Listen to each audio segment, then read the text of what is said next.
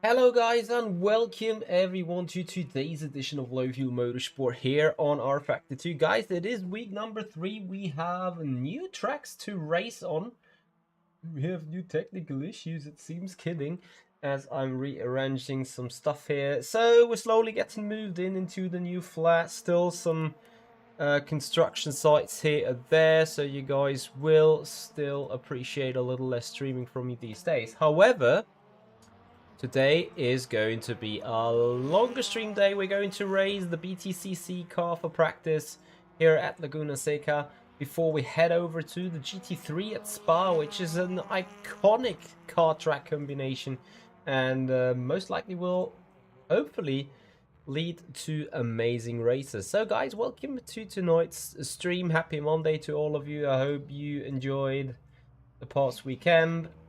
Again, not too much streaming going on because of the well-known reasons there. Got a kitchen today, so yeah, you know, we're a lot on the move still. Next weekend I'm going to be out in Britain, I'm going to be out at London, I'm going to go to the final London E-Prix in the Formula E Season 9, alongside with our Burst Esport guys, Yanis Simontic and David Mrožek, who have successfully qualified for the finale in the Formula E Accelerate Championship. However, that is just some side note for today's stream, because today is going to be about BTCC and GT3 racing. We are picking the correct format, the correct control setting for our steering wheel. I need to change this a lot because, you know, doing kind of thumbnails requires to use a different set of key alignments. So I'm just changing that back and going for the headlight bolts. There we go. Awesome. All right, here we go then into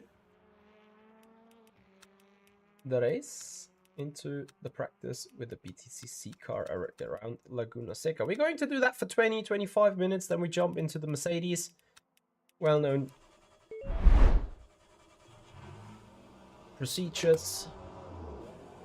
So I'm currently also uploading stuff to my drive, to my Google Drive that is. Please guys, have me some ultimate note if you experience some frame drops, because then I need to immediately stop that process. However, things are looking good and smooth so far, as much as I can say.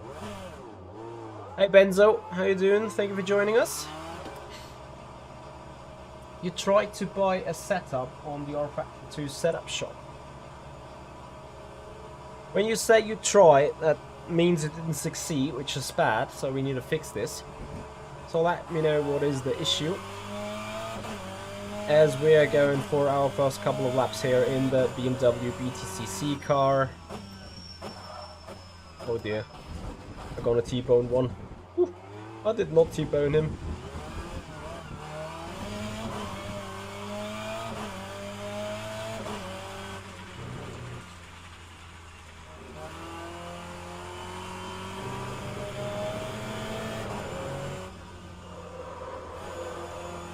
Let's see how fast we can race. This machine around here. Ow. Oh yes, rear wing gone. Okay, that immediately gets me to the point of where we can change the gears, because we need to change and adapt the gears. They are way too long. Dripplish, thank you so much for your Prime subscription for 24 months. Thank you so much for the support, buddy. Appreciate it. 236. Let's see how 236 is doing.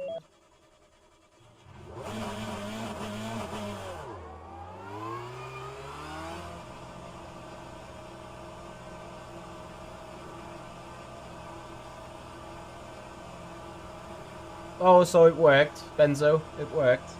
That's good news. But also thanks for letting me know. Probably we have a little bit lot from our wet space going on right now. I'm gonna forward it to our group to see if there is an issue. Anyway, great that you have your setup downloaded.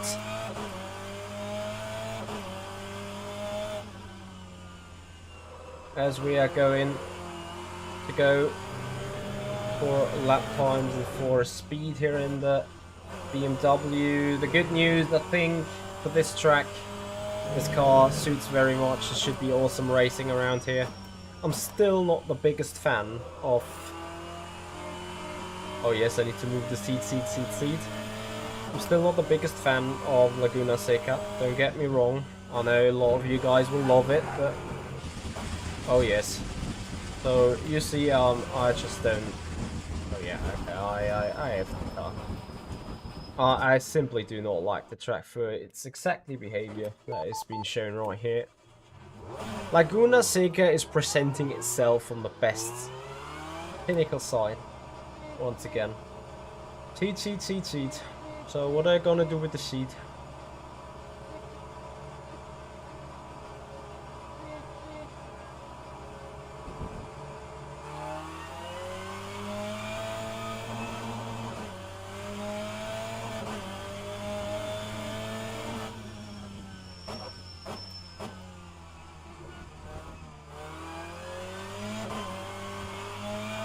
I need to do something with that rear though.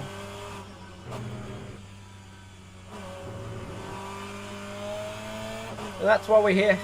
Doing a little bit of testing, doing a little bit of checking how the car is performing. I'm not sure how much impact the rear wing will have on the overall balance. Let's see. For the moment, we go testing. For the moment, we go relearning the track.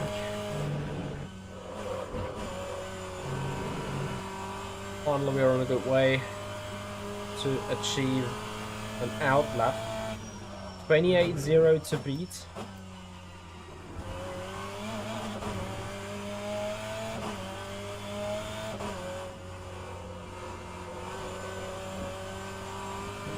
I think I need to seat more forward to really see into the corner.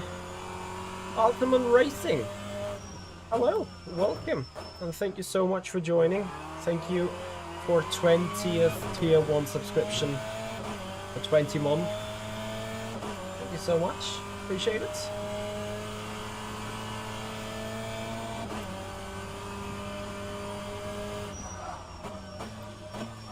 Oh yeah, lock up that front left so bad.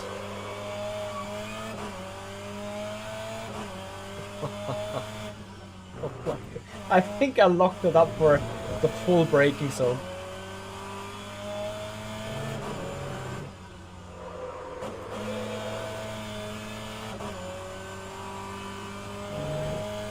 I'm doing alright, I'm doing good. I'm doing better than my tyre. It's shaking right now.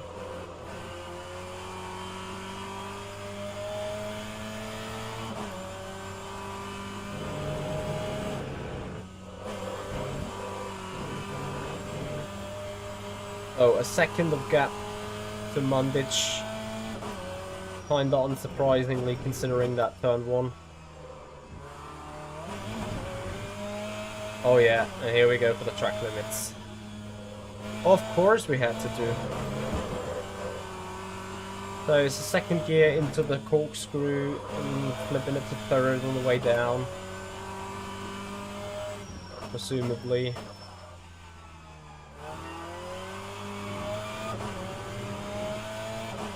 See what this would have been in the end. 27.9? See whether that's actually true.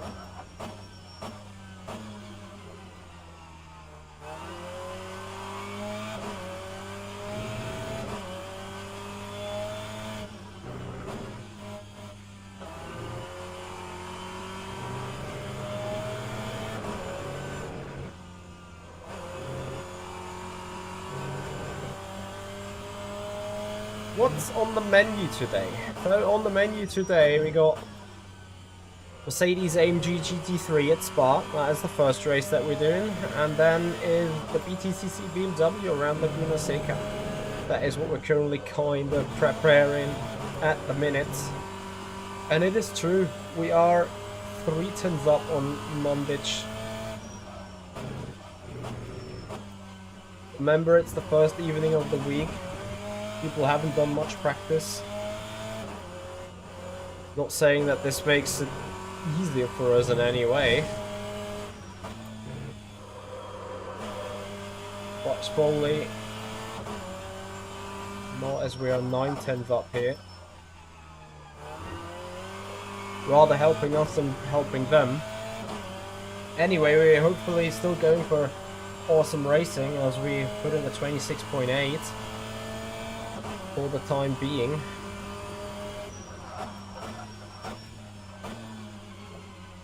So locking up the front left is horrendous into turn 1 onto the braking zone.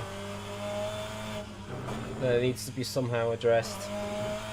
Probably more with skill and adaptation rather than actual setup work.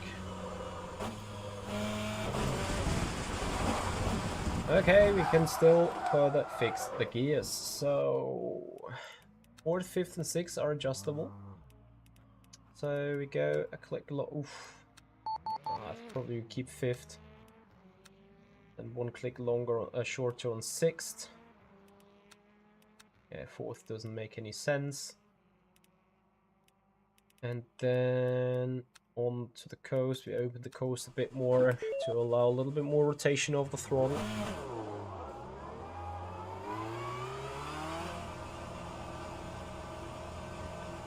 Yep, Altaman, I've seen it on the radar. I was checking before my stream whether I'm drowning again as well tonight, but I'm drowning tomorrow.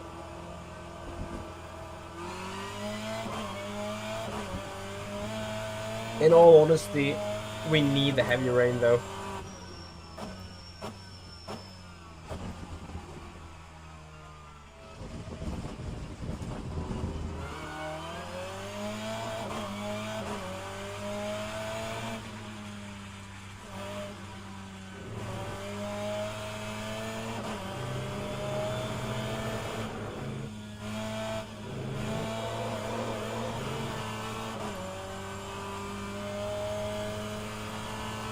See how this is helping.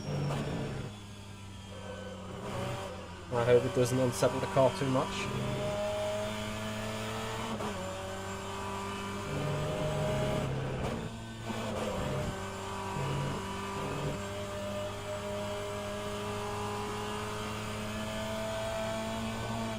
Braking balance is as much rearwards as it possibly can be. We might still be locking up the fronts.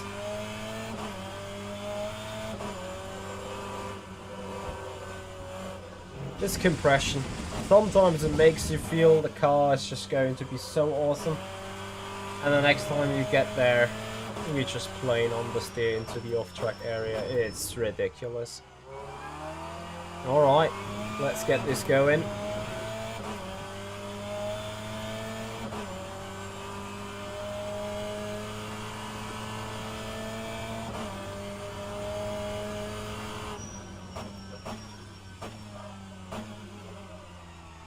So we didn't lock up the brakes into turn 1, but eventually we went lower. We're getting the rotation on here for the exit of 2, not enough. Here you just need to carry as much speed as you can without doing what I'm just doing. Rally crossing the BTCC car. But rally crossing it really with dedication.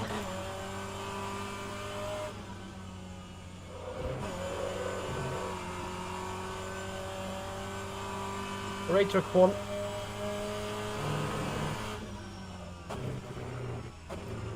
Patience with the turns. You mean patience with the car to rotate? Improve your lap time as followed. So guys, check out Improve Your Lap Time.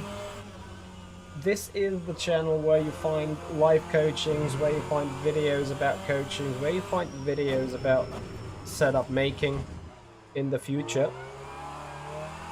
Being run by our setup engineers of the shop, www.improveyourlaptime.com. So make sure to check the channel out.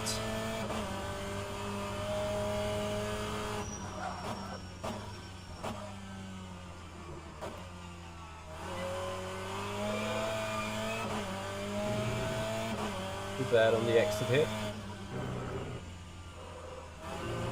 That to me feels like 4th gear is the better option for turn 2, which feels so wrong, but it actually is what it is, and kind of same goes for turn 4.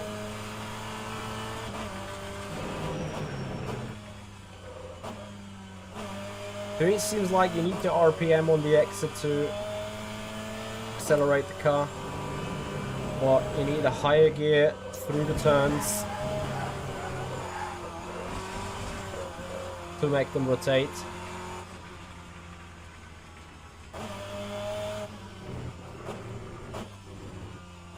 That was absolutely classic. So I got one lap in,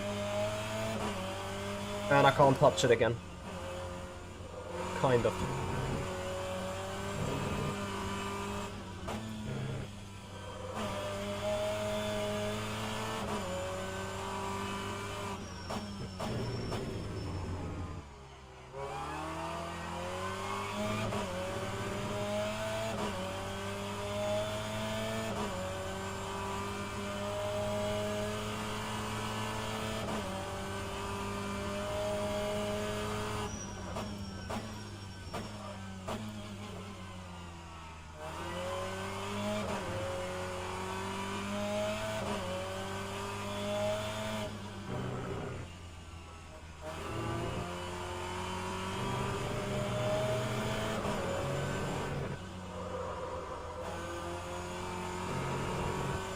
Crazy, right?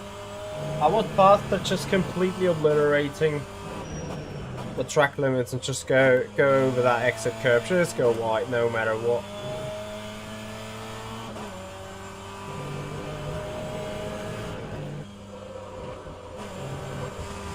Yeah, it seems about being all about carrying the speed into the turns.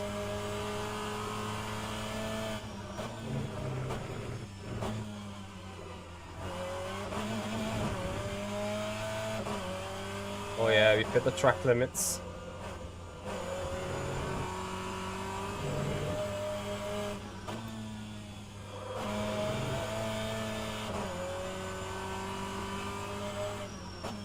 Yeah, to Bress. Hello and welcome to the rFactor 2 stream. Welcome to BTCC at Laguna Seca and the Mercedes GT3 at Spa. So, we have potential to improve the lap time, so let's go for it. Maximize the track entry into turn 1, but you actually need to also get the rotation done, Mitchie. On the back foot here already then. On the 10th in turn 3. And a little bit of hundreds and thousands in turn 5, sorry, 4. Yeah, fourth gear seemingly better here.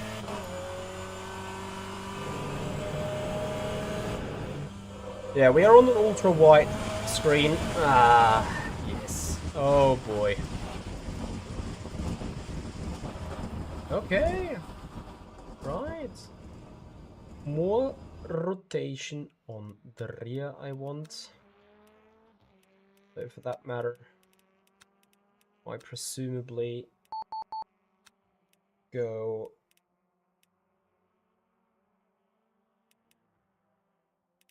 head up with the rear anti-roll bar.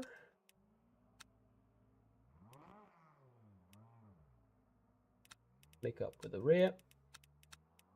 It gives us a bit more rotation. Let's see. Meave the Technarch, hello, and Tobias Cutter, thank you so much for helping us out with an answer here. Appreciate it.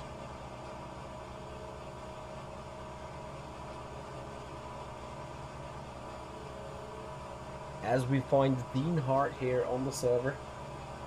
Dean is one of the passionate low fuel motorsport drivers in the BTCC car.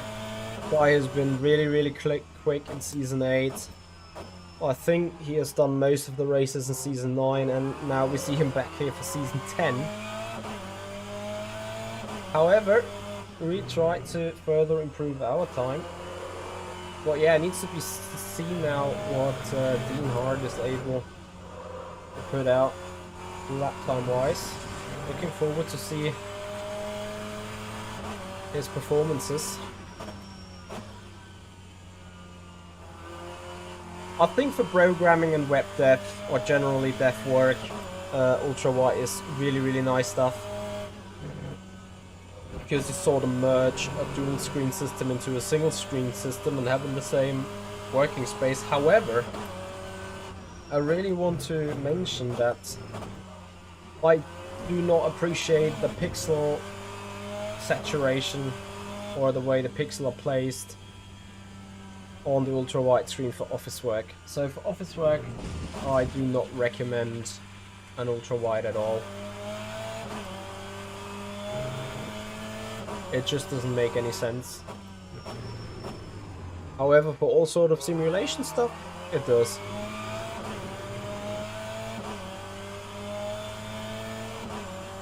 So, here we go. Can we improve our lap time finally?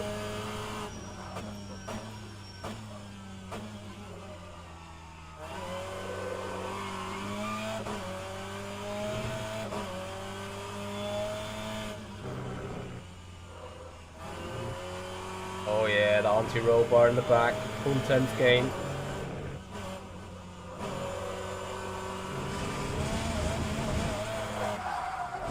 I am just too stupid for this turn for 4. It is crazy, really, honestly.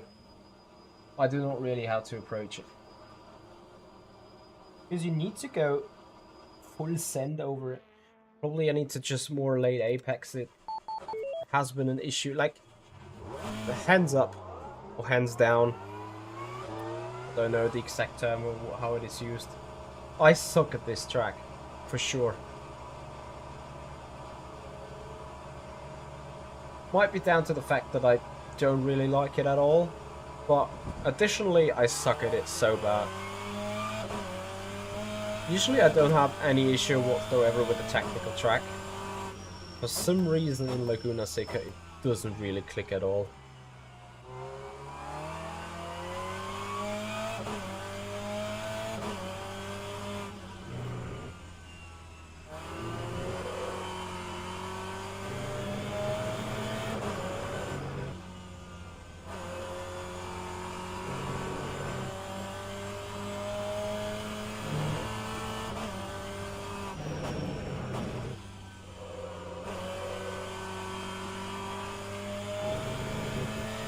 So yeah, the rear is more aggressive now,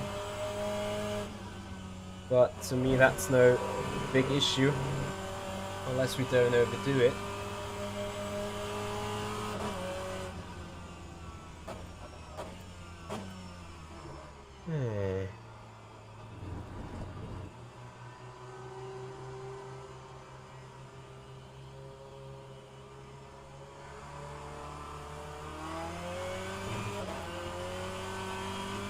Awesome.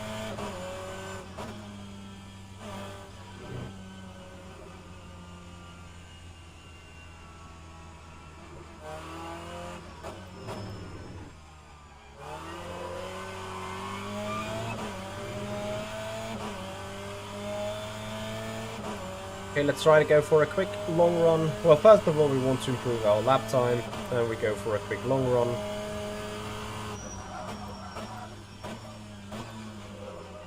No, we won't improve that lap time because all we can do in this stupid turn 1 is lock up the front left.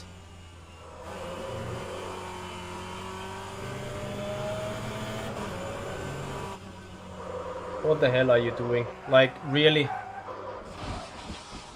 I cannot believe it. Like, I can't do a single stupid lap. And this is now happening a bit on the Spa practice.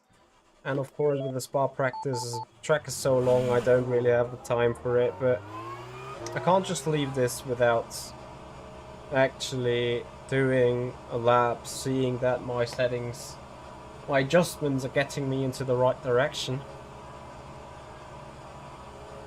Yeah.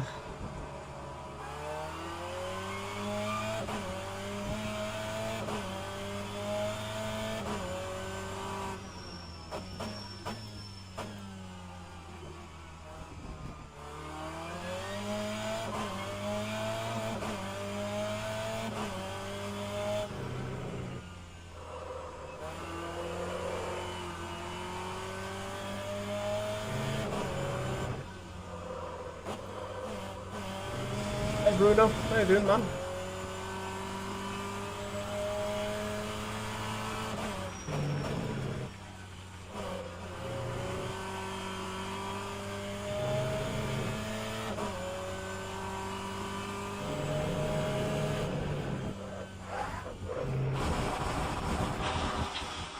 sake.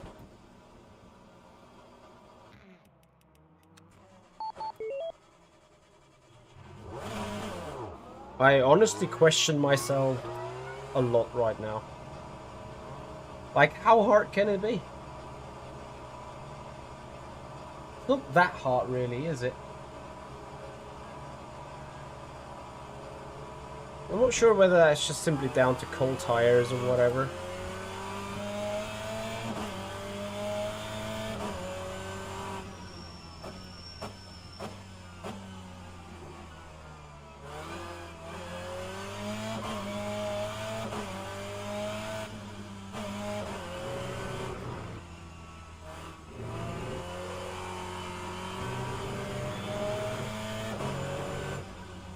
It's fine. I mean, I may have reacted in my usual fashion in that regard, or in that moment. But, you know, like, I know it happens, so... no hot feelings. Look at it, how beautiful we can take that turn 6.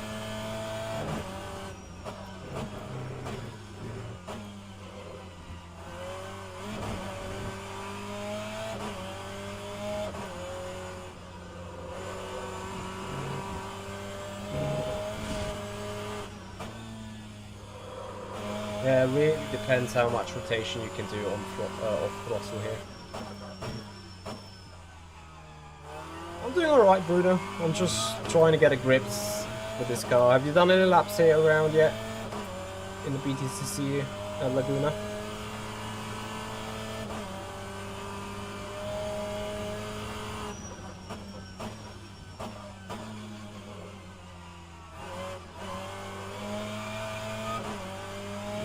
Look at this.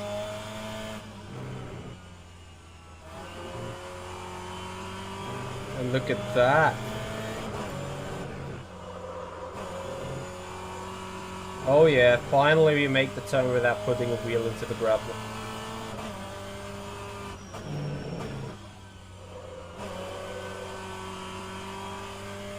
Nice, through 5. Brace of impact into 6.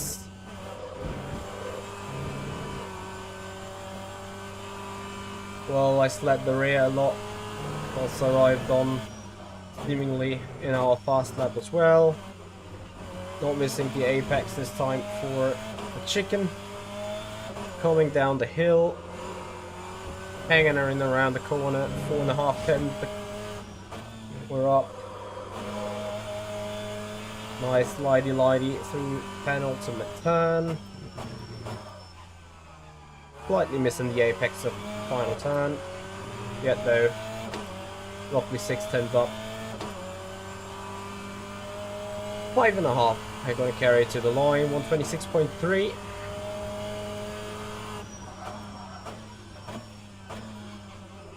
Oh, you know what? I just take the setup and trying to survive. Like, it will be awesome racing for sure.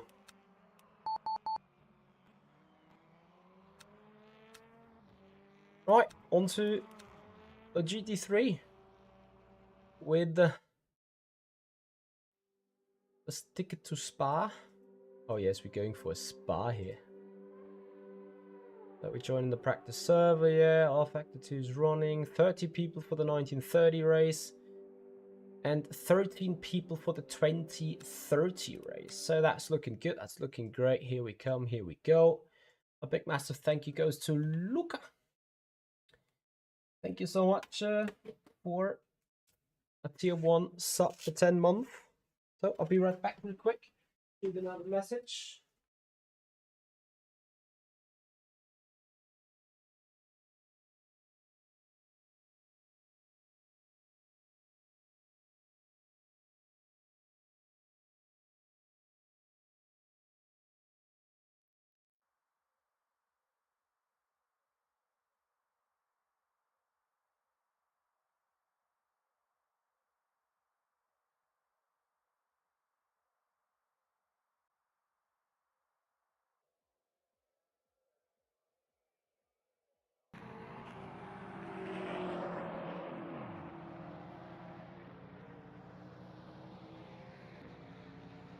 Right, so loads of people. Look at it, the guys are at it. Can we find a good setup that is able to beat 215.7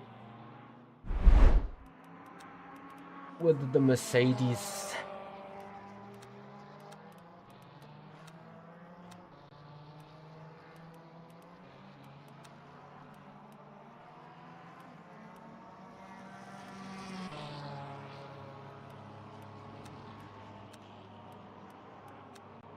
Let me do some clicky boys.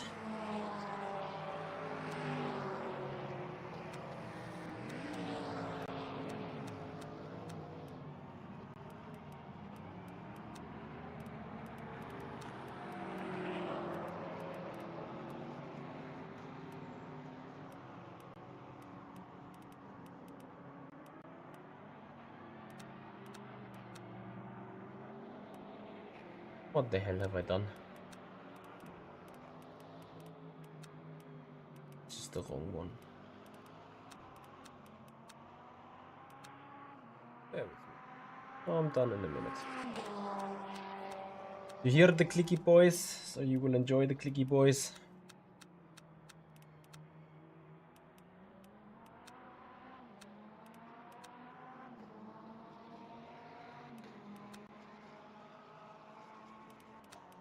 So I'm very much expecting myself to go dying straight into turn 1. No! Oh my god. I'm going to spend half the practice in pit road. Why the endurance one? Official Sevi, you need to turn the FFB multiplier either to 100% or minus 100%. So if the force feedback is not inverting to go to the middle, then you need to put the other value.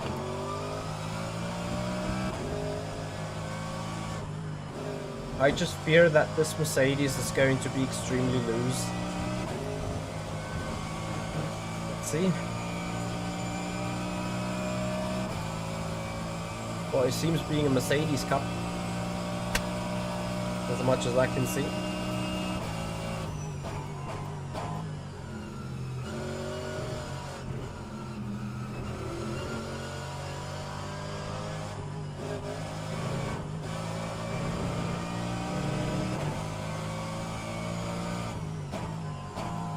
Brake limit galore straight away. You're welcome. That's why we're here, buddy. That's why we're doing the streams, trying to entertain people and from time to time also trying to help people. And if you appreciate that, guys, then please have a follow on Twitch, subscribe that here on the YouTube channel. It would be massively, massively appreciated. Whilst we are trying to make use of the track as much as possible. 20 minutes time. See, the rear is enjoying the slides.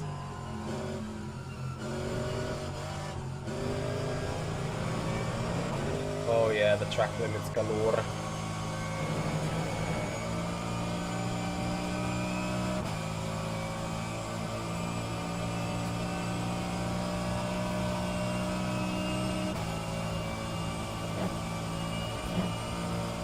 I fear Eau Rouge. I fear Eau Rouge so bad. Either for understeer or for oversteer.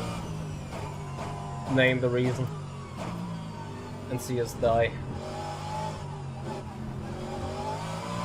Alright, let's go for our first time lap. See what the car can do. 215.6 to beat.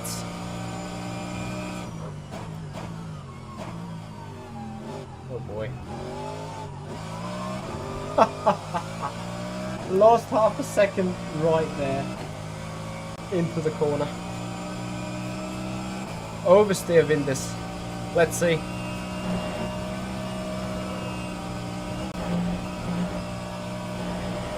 To be honest, that's more understeerish. And that is even too much understeer to cope with.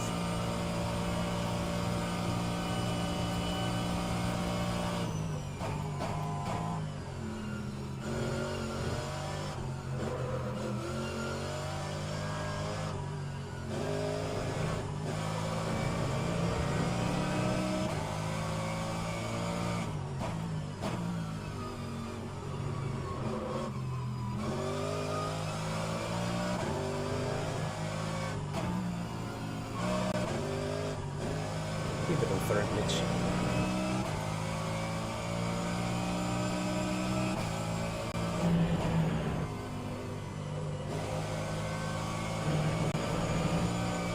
Yeah, the high speed understeer is tremendous.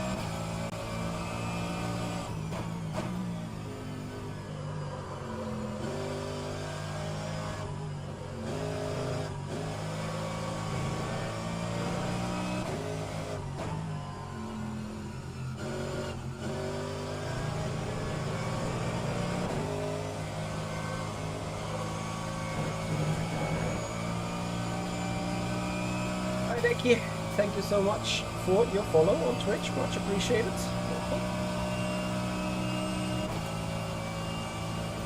Well, let's see what this lap time would be virtually, besides multiple track limits that we've struck.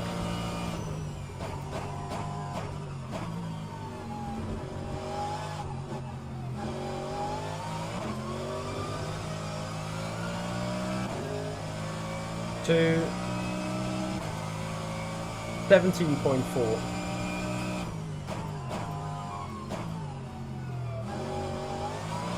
Yeah, much better turn one. There are standards. But it is a Rouge that we need a master. Here comes the oversteer, but we are staying within track limits this time.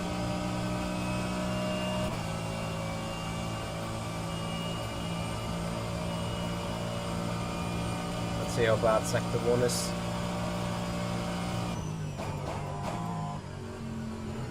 One and a half tenths.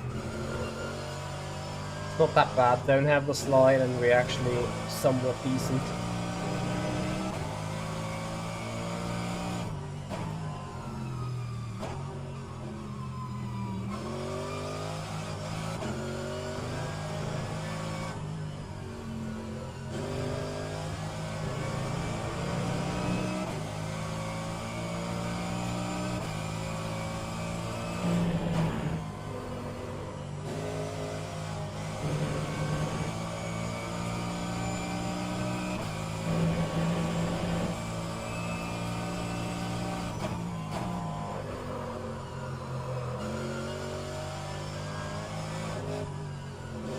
Surely 4/10 gone.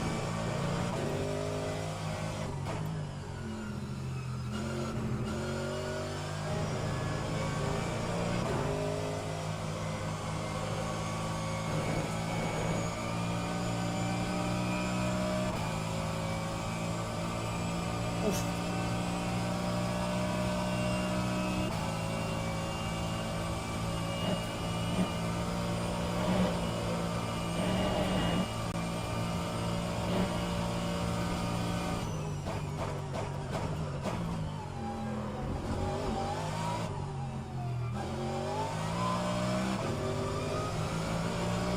Only 4 seconds in the middle sector is crazy though.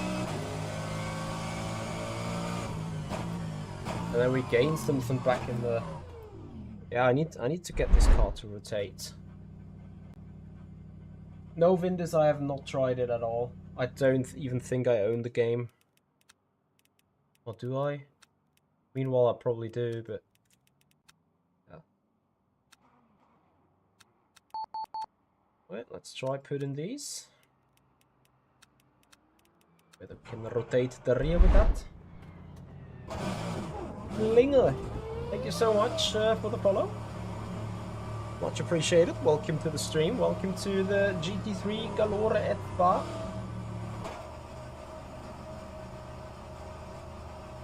So can we make the rear rotate without starting to lose the rear into a Rouge? That is a big question. They see me roll and so on.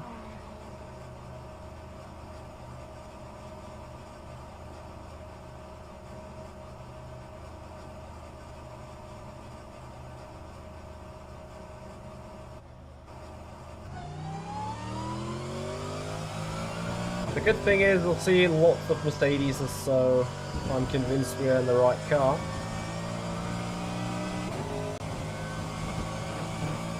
Oh dear, someone died.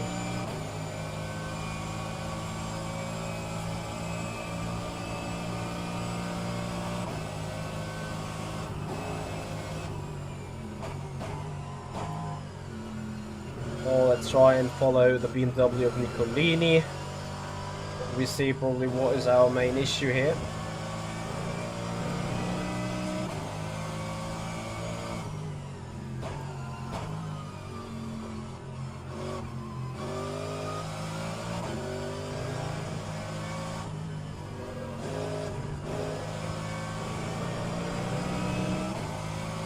Hey Goodman, how you doing?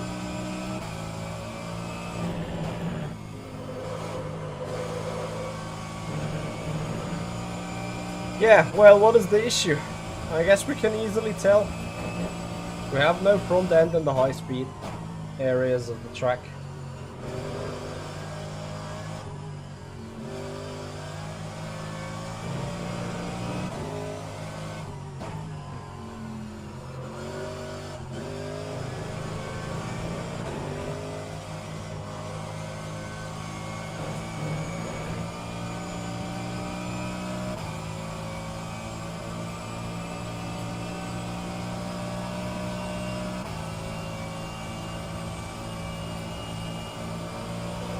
I lost a good second to Nicolini there in the middle sector. We have a bit more improved rotation overall, but in all honesty, I don't feel that this is enough yet.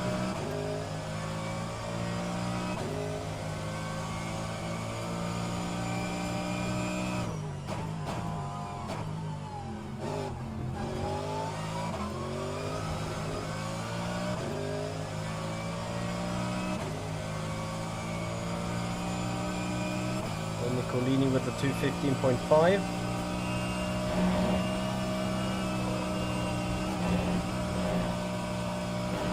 Well, speaking about the high-speed rotation that we're lacking, I don't care about the track limit here for a moment.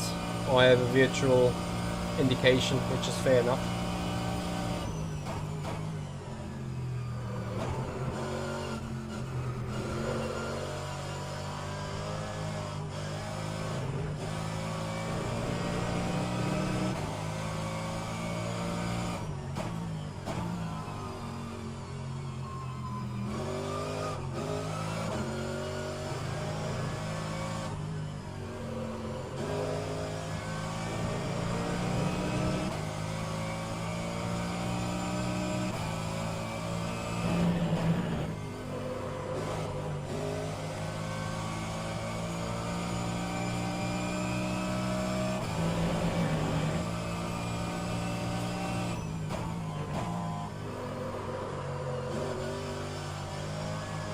I told you about the 410 that we lost in the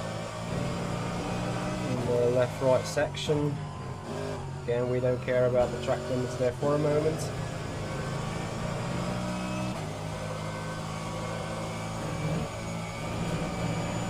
You can't keep the car rotating. It's crazy.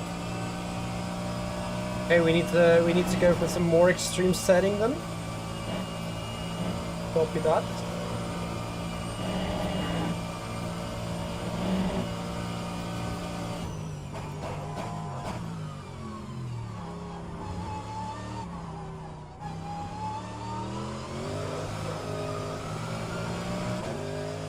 Okay.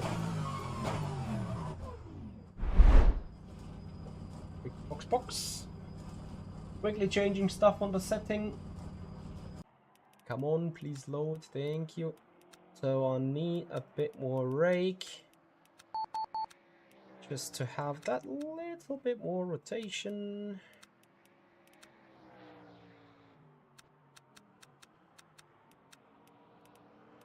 Go in with some asymmetric stuff. This is obviously great. So, there is a good chance that we might have just overdone it. Let's hope we did not. We can do high 215s, which is good enough to a certain extent. The problem is other people can do loads faster. And I've kind of fear that with the setting I've chosen, we're just going to be a lot too oversteery.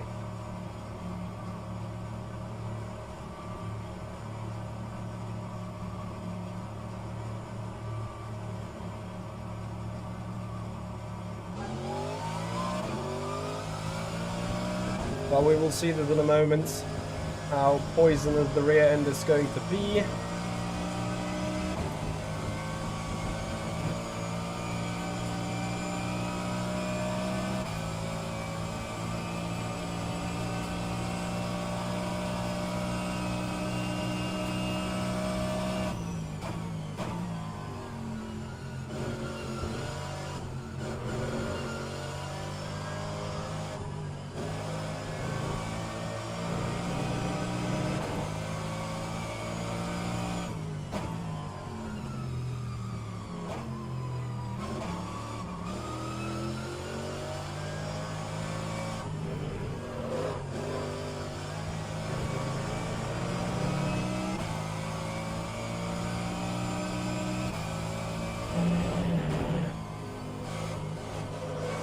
Oh yeah, Pujon is going to be a killer. But eventually the car rotates.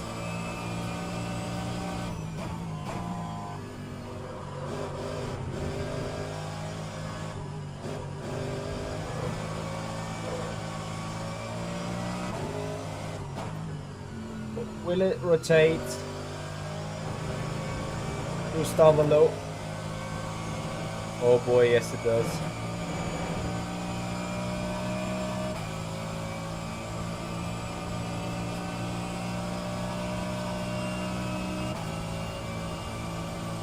Pray for Eau Rouge, guys.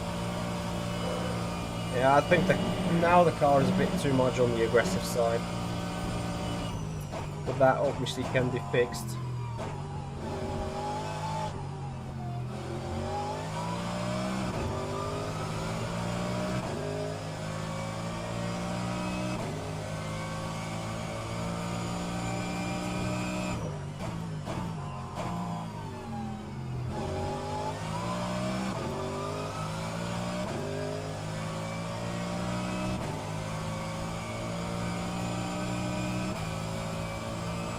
To 14.6 in the meanwhile.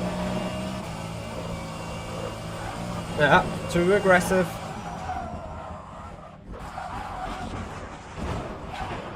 Oh, I'm so sorry. This is Rouge. Okay, but this is alright. We kind of expected that. So all we need to do, go a couple of clicks back with what we went up, and then we'll be fine. Oh yes, Vin, this was a huge bonk. Bonk, ba bonk, ba bonk. So, has Reyes put out a qualifying lap? Has he not put out a qualifying lap? We don't know. 214.6 is... fuck. To me it looks more like a qualifying lap if I put it into the context from what I do know. Balance of performance in that car. Obviously, before we went to GT Challenge, we took the car out on a couple of tracks, and obviously Spa is one where you check the the high speed balance, where you check the high speed performance and high speed corners, straight line speed and so on. And I'm pretty confident that in qualifying trim the car can do low 214, maybe even 13s. But it requires a proper esported setup. And in all fairness, I now have a setup that is probably turning good. But I would not guarantee it's like esported enough. As you've seen for Rouge, it now has been overdone. We will now check how it's doing now.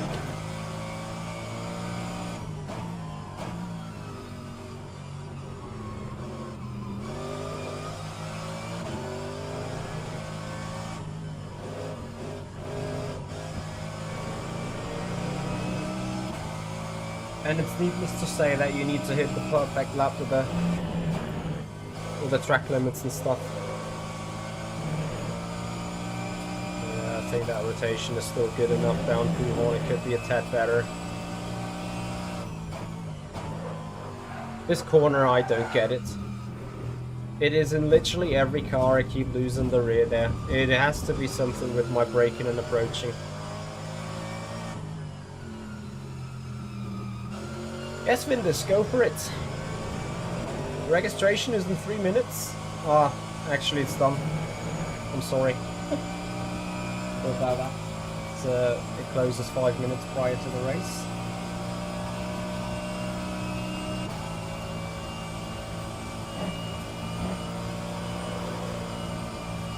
Yeah, so I reckon Eau Rouge should now be doable. At least a better is. Because we only got this lap.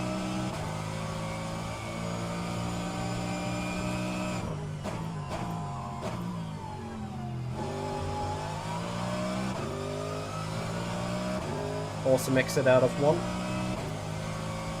Going down the hill. 2 turns up. By the end of Eau Rouge, hopefully.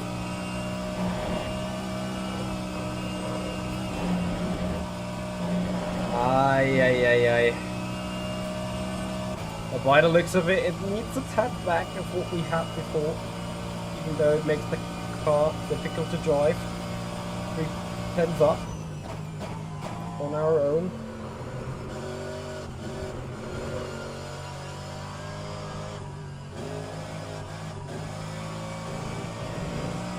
Not optimal it comes.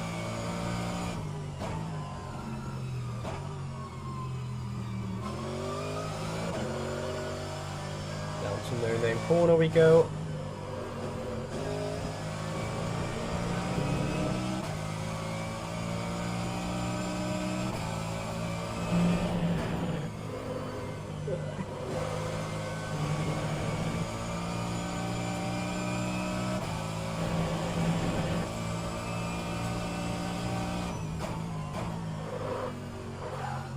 I can't do this corner.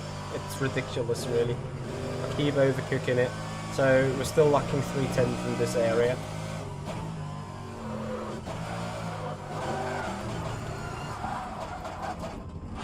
Okay, I need to do a brake call. Because races now. So I need to put... BMW is obviously a good car here.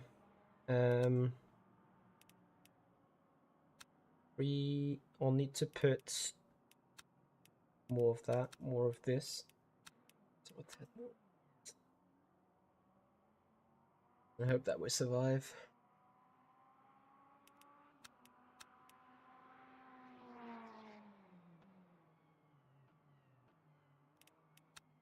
My best shot at it right now.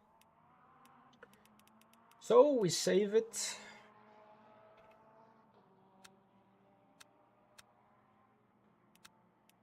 And then we are heading out to the registration. We're in a 26 split race. Yes, game is running. Yes, we'd like to drive. Yes, we picked the Mercedes. And here we go. Garage 61. Hello. How you doing? Yeah. It's awesome fun. You guys see me not being too good prepared whatsoever. How this goes.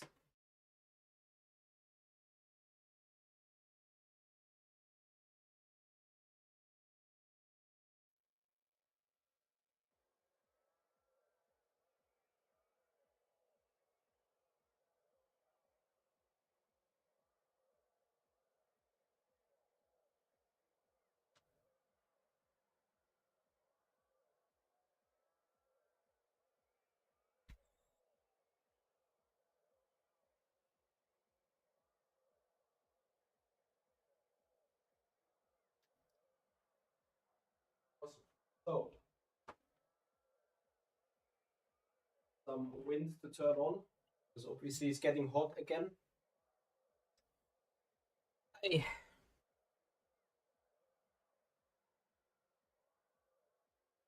The race in 1 hour. Unlucky in this because the race in 1 hour I'm going to race the BTCC car because that only goes every other hour. That's a bit of a shame.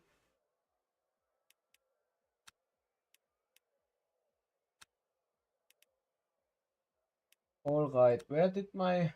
Oh no, I've put the big calculator away. What we now obviously have to do is importante, 25-minute race. 25 times 60 divided by what we're doing, 2 minutes 15, just 145 or 135 laps, seconds. So it's going to be a 12-lap race. 39-ish liters to be enough. Better go with 40, I guess, to make up for the outlet for the base lap.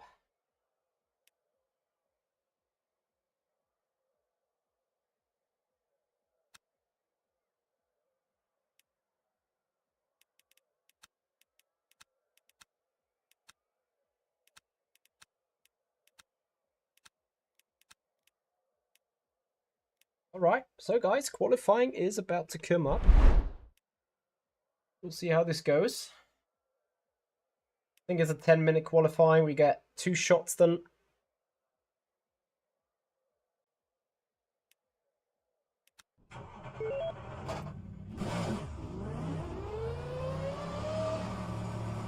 Oh yeah, and we got the longest way out of the pits.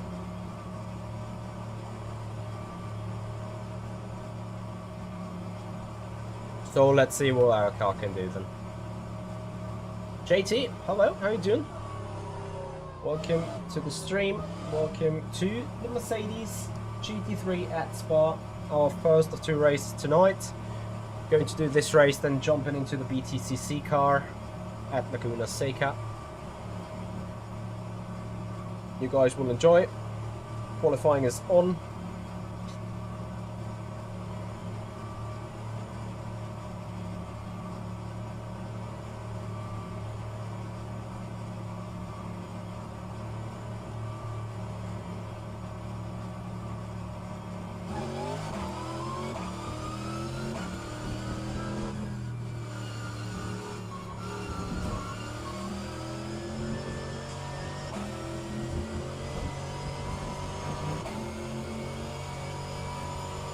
Awesome, JT. Looking forward. I think I saw you there in the practice session. So it's going to be good running.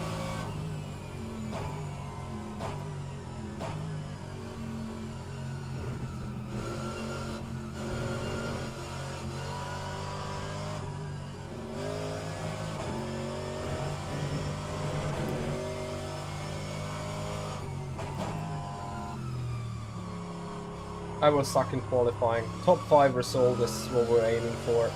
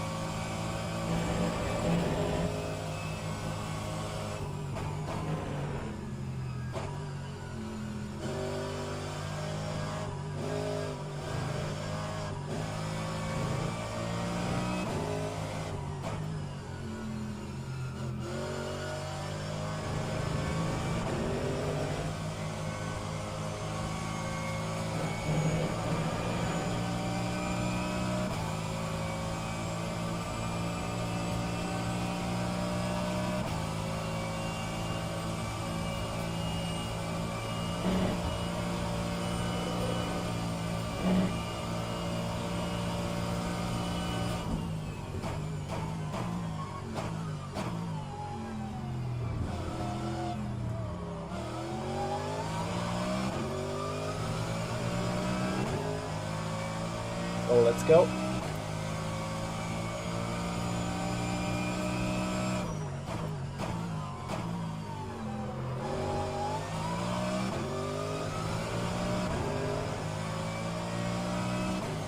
Won't be on that curve, Mitch. Come on.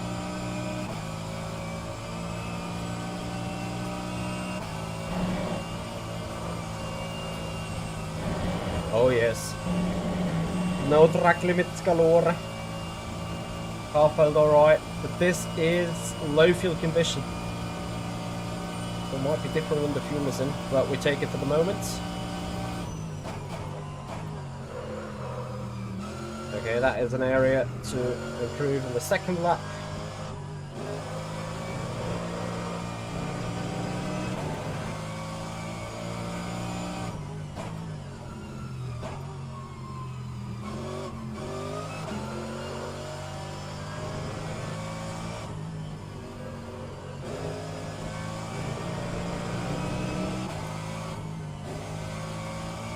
Just kept it alive. Because if your second lap goes boom, you need this lap. So 4 tenths at least to find, maybe 5.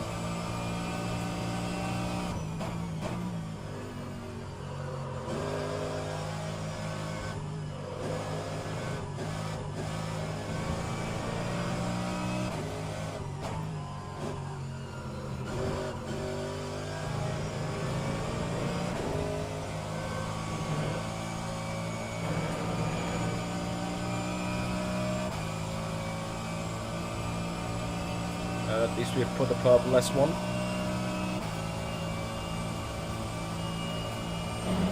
Which is a good indication for our straight line speed.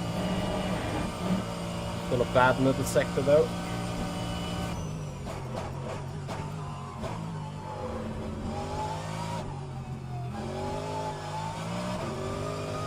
Needless to say that we need improvement here.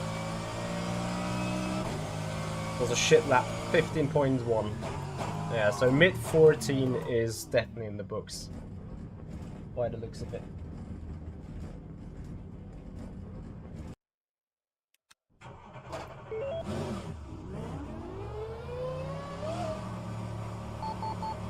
Nicolini there with a 14.5.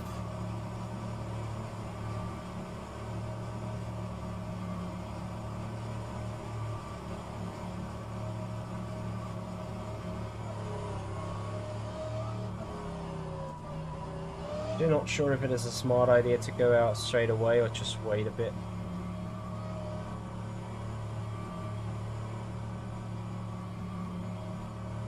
Jules Neal 214.8.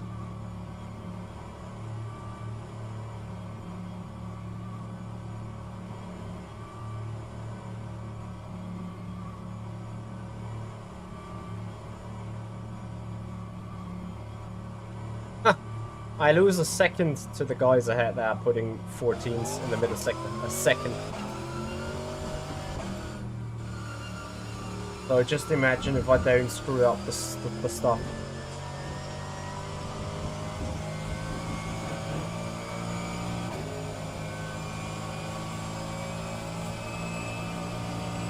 Have a look here, we can see it on the dash. Or is it possible? 6. Yeah, so that is 3 tenths alone. Probably if you carry the momentum correctly, 4 tenths. 1.6. Well, 51.6 on the gap. Estimated. Okay, that's 8. Yeah, I'm talking weird stuff, I know. So 8.6, 8.7.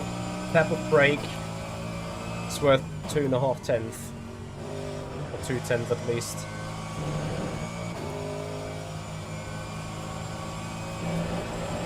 Well, we remember about the track evolution. And with that we take a little bit our time. There's a couple of guys behind us on the way to start their lap earlier. Whereas other people have just waited to leave the garage. So we're sitting in that top 5 spot in which I wanted to sit.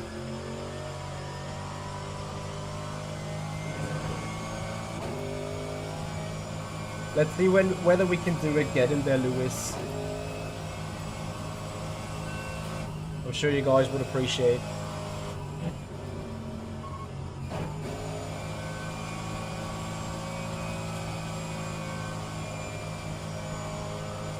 But I think we are somewhat safe in that top 5, top 6 range.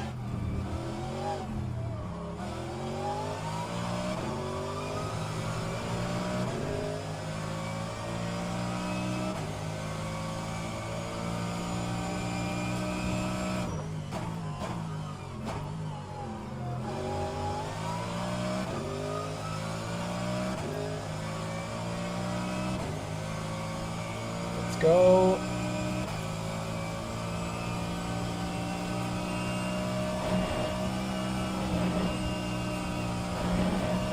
Brilliant stuff.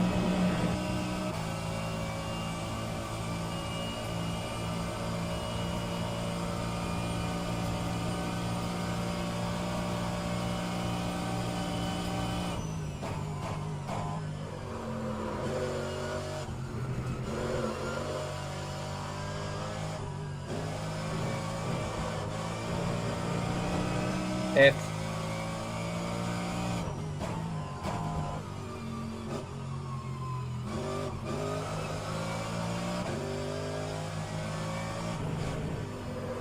F. Ah, Jesus Christ, honestly.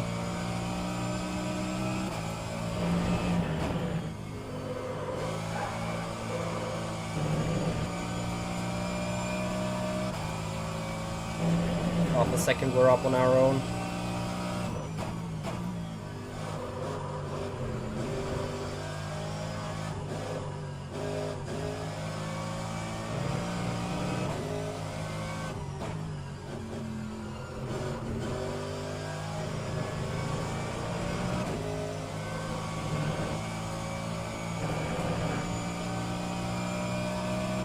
Mamma mia.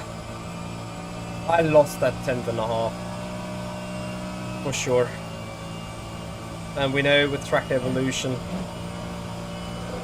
other guys are just going to get faster, but we'll try.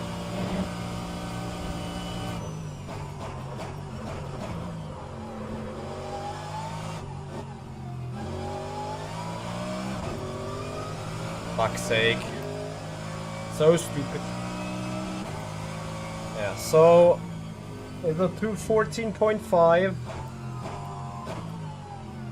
And by my own looks, I got 3 10s in it, maybe 4. Yeah. Anyway, it is 12 times. Go for the fuel.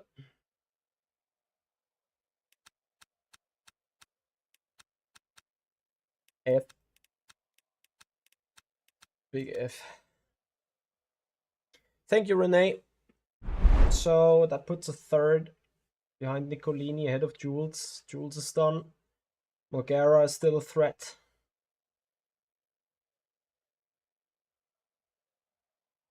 We're lacking a 10th there.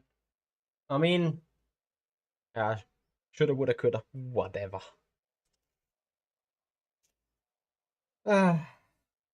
Anyway, so guys, short warm-up session is coming up.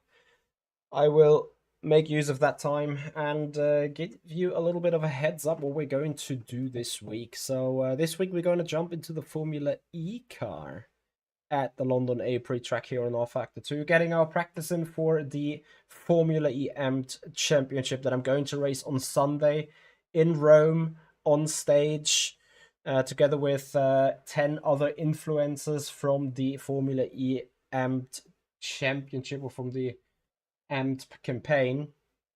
So I need to get some practice done. Additionally, I'm going to schedule a video about a coaching that we've done with Edson. I coached Edson in the Clicking House at Bahrain, and it will be a 2-episode coaching, one to air this weekend, probably on Saturday, maybe Friday, probably Friday, the other one the Thursday after.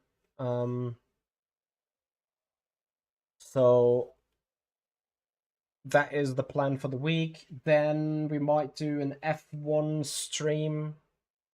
Perhaps, I'm not entirely decided yet. On the other hand, there is the opportunity for us to jump into the Funval hypercar with Oh, look at that, Nicolini. What was his lap time in the end? Good job. Good boy. So, coming back on the point with the hypercar, with the Funval hypercar for the Virtual Endurance Championship Series. We filed an entry in the hypercar category. Pre-season race 1 is 2 hours of Monza. So we need to get some laps in to get known and get used to the car. Yeah, that is the schedule for the upcoming 1 or 2 weeks.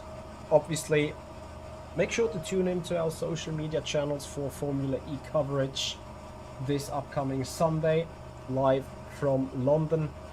So, Jim Peppers, if you are referring to London and Formula E, yes, I'm going to be there. Just like I have been last weekend in Rome. So we're going to fly out on Friday, coming back on Monday. In that period, no live streams, sim racing wise at least.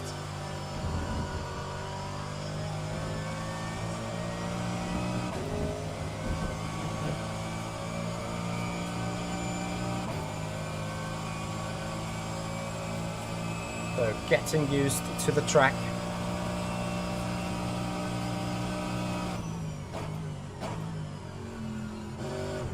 Getting used to the conditions. I hope we'll make it to 1 Eau Rouge. Sadly, would love to have had an idea on how the car will behave. Sadly, we don't get that far.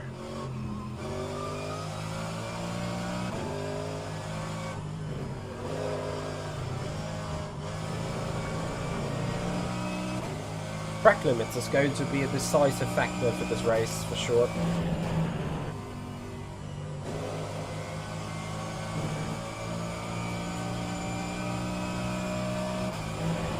Anyway, we'll start from P3. Trying to hunt down the BMWs at the front. Somehow. We have a great overspeed in the straight line speed, so there might be opportunities. Just need to make sure to grab them.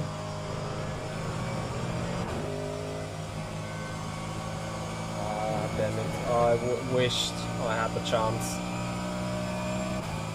to go for 1 Eau Rouge, because I'm kind of scared that with those settings I'm just going to flip off and lose the rear.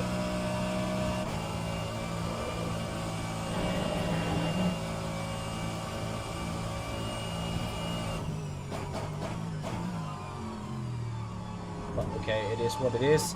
25-minute race comes up. No pit stops whatsoever, of course.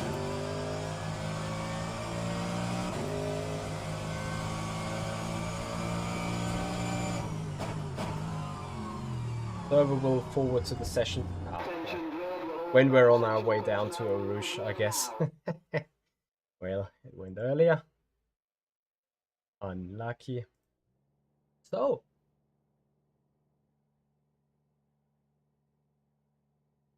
we have enough fuel. Taking on other people's tires. See some soft tires being run there.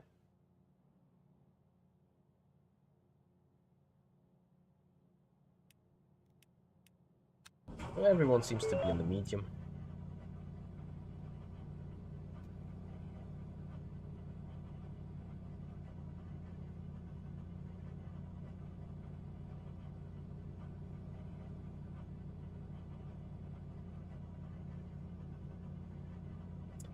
So guys, again, I appreciate your guys' followage today here on the races. If you are not yet followed on Twitch, if you're not yet subscribed to the YouTube channel, please head out and do so.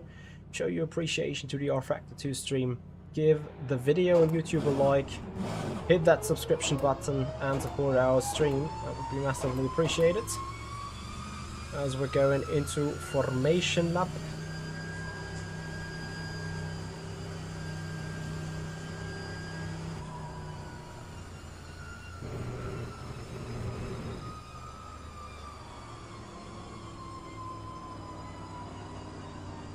Thank you, Renee.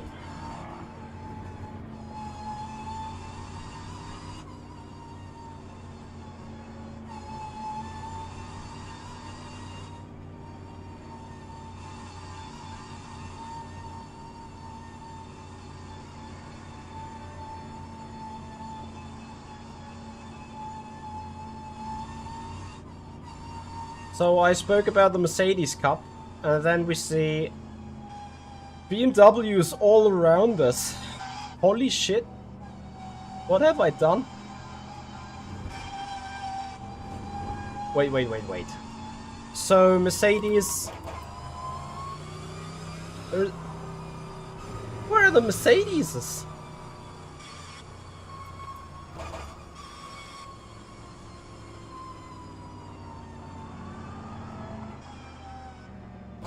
It's a full BMW Cup with a Mercedes in between. So up to P10, everyone is sitting either in the BMW M6 or in the M4. So arguably, I've done magnificent with the Mercedes.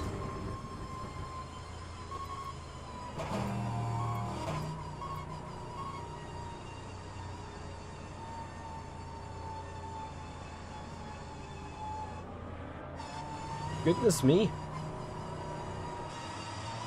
There's a Aston Martin, a Mercedes in row 6 or so.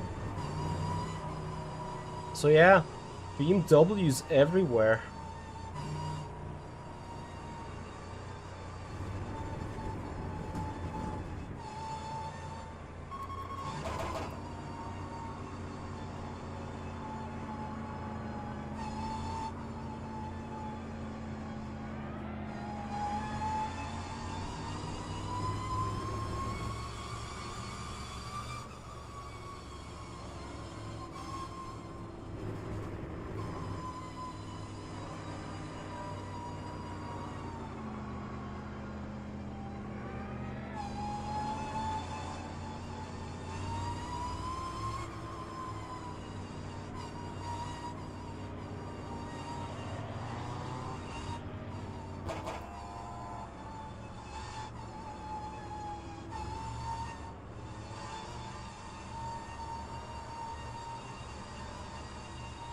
So I hope I haven't done a bad miscalculation. I'm going for it again. We're doing 135. That should be 12 laps in total.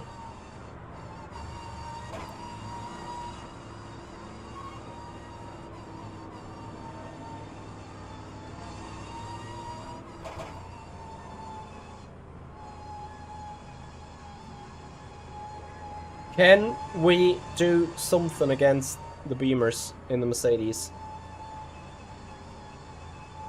25 minutes of racing coming up. After that 25 minutes of racing, we're gonna straight jump into the BMW. Yeah, we jump into a Beamer, but into the BTCC Beamer at Laguna Seca. Anyway, now we get going here. Warming a little bit on the brakes.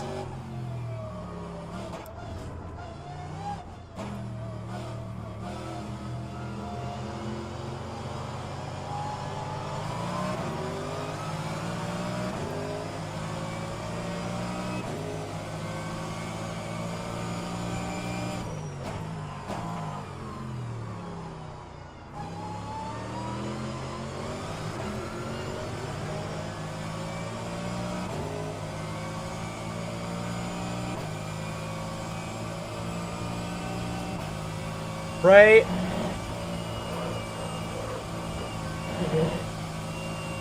Oh my god, I nearly lost it.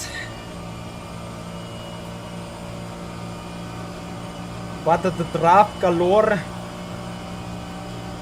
Gets a spy.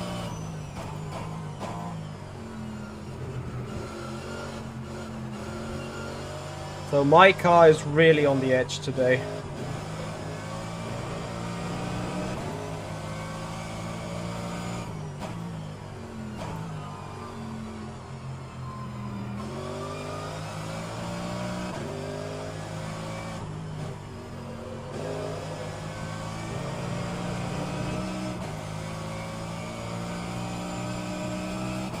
Of course.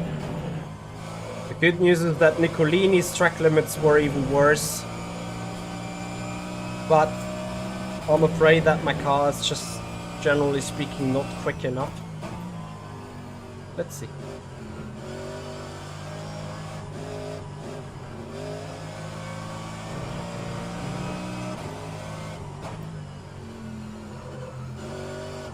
Might be the long run that helps us here.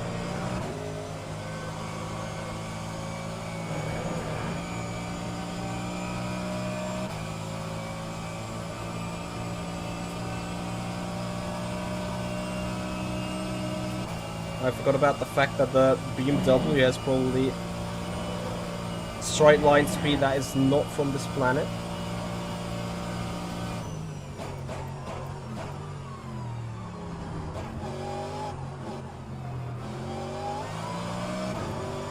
Which means maximum performance by us required in every single aspect.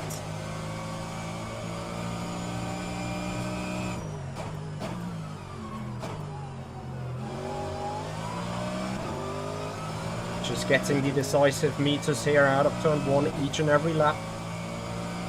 Looking good like this.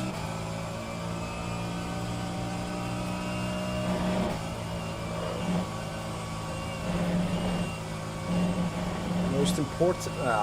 yeah. This is shit. With the track limits. Already 1 full point.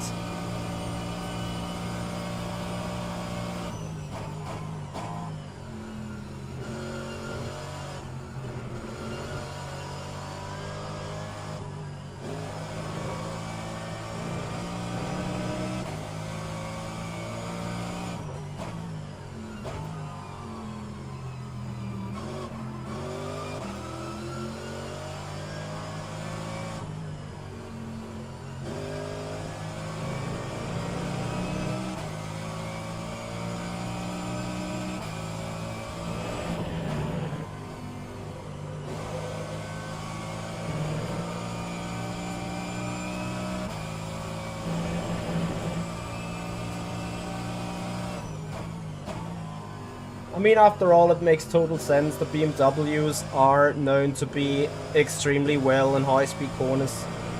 They've been amazing in GT Challenge or GT Pro every time we've been here at Spa.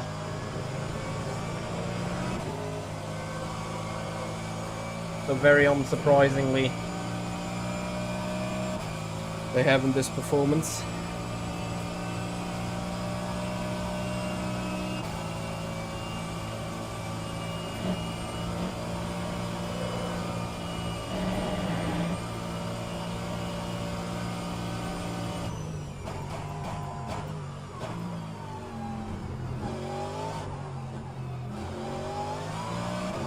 Because the Mercedes' weapon though is the acceleration. So if I can just keep that up and not F up Eau Rouge.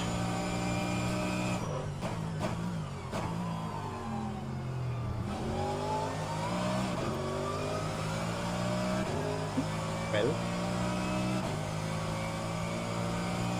I failed to do the Wii Sports slide.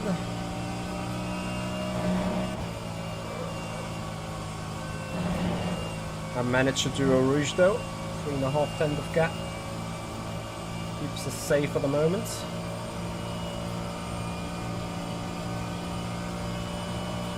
Well, hell yeah, I'm losing the time.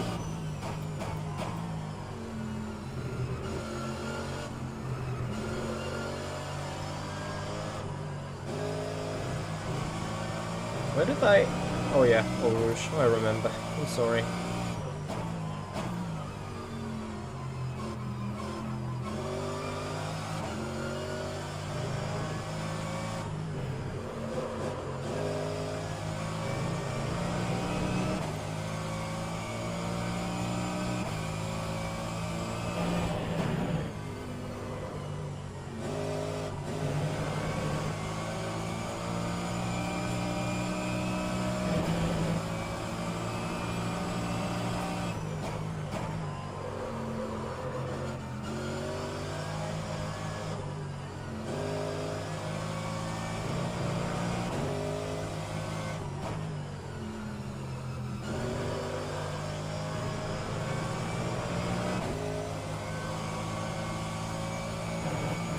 And meanwhile, Nicolini got all the breathing space that he needs, and now I'm being hunted down by a BMW train galore. Yep, my car is constantly on the edge. That's the only way the Mercedes can somewhat keep up here.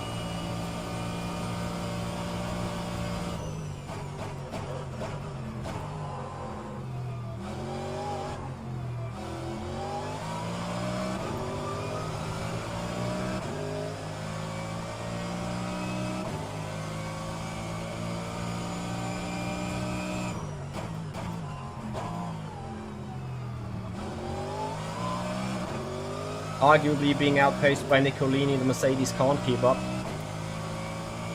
And now we need a brace again for Eau Rouge. Fuck. Ooh. Yeah, I just held on to it, but you know it yourself. You might be doomed into Lecombe.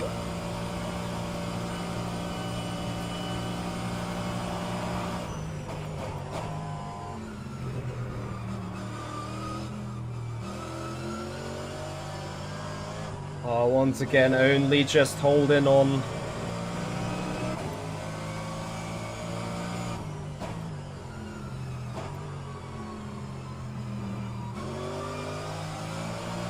The thing is, I feel like I can't really put out a strategy here, because my car's constantly on the edge. I need to kind of push it everywhere in order to not simply being ran over.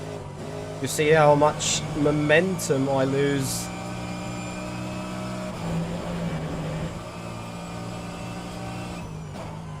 Into Kuhon. I am clearly the slowest out of this top 5. But all I'm trying to take care of is positioning the car and nailing the exits that we need to nail, you know.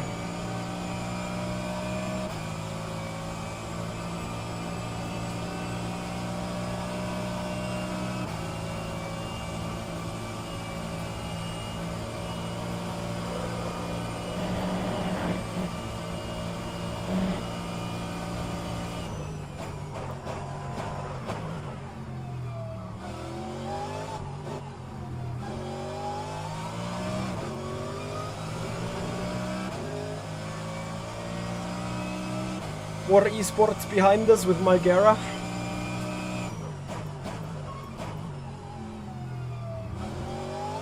Arguably, I'm not sure whether that will help us big time. Hello, Luca. Well, I broke as late as I possibly could.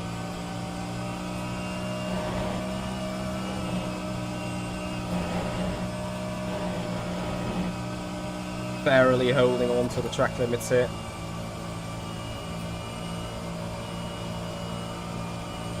Shit. I'm underfueled by a good chunk.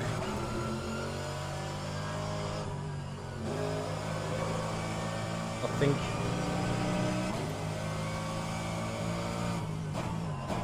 Can only do 11 laps.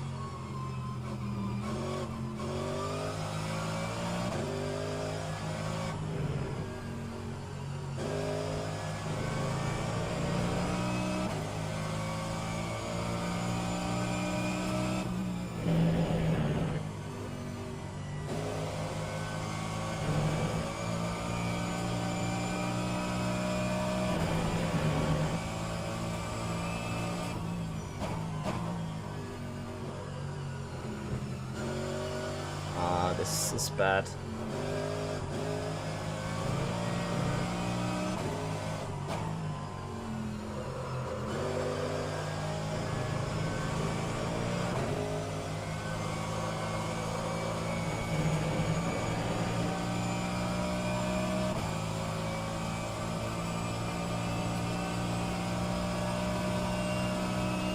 It might be extremely close with 11 laps.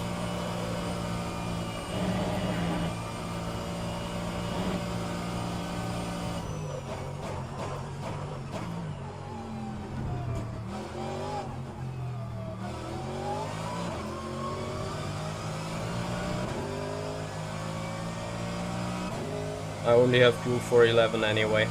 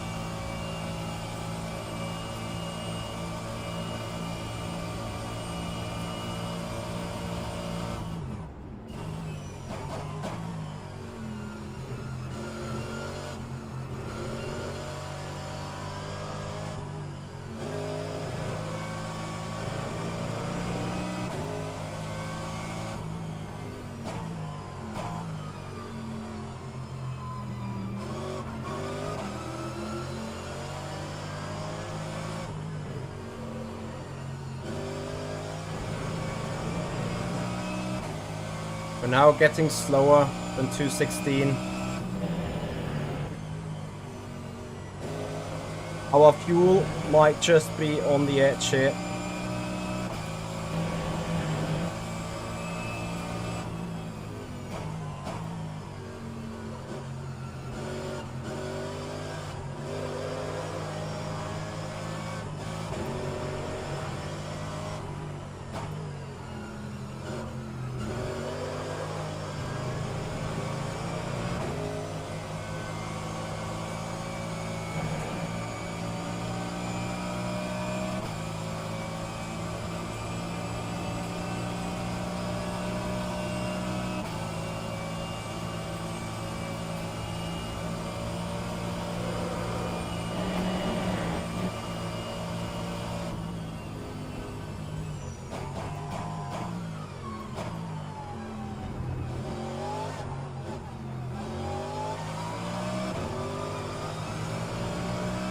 It's 11 minutes and 20 seconds to go.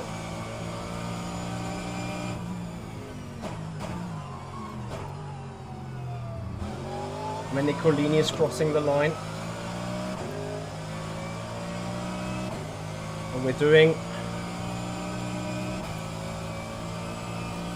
Wait.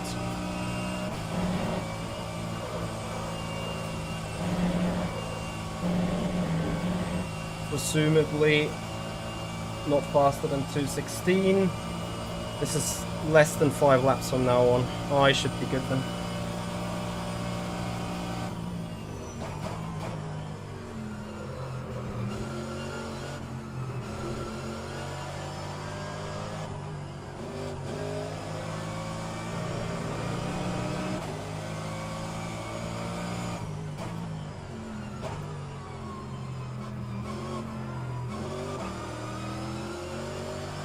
Shit, wait. This far, yeah. Oh, I should just be good.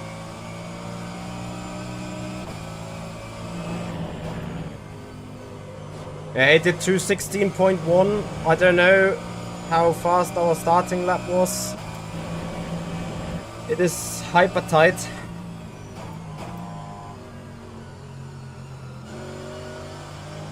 What is the 5-lap average so far that he's done? Too quick.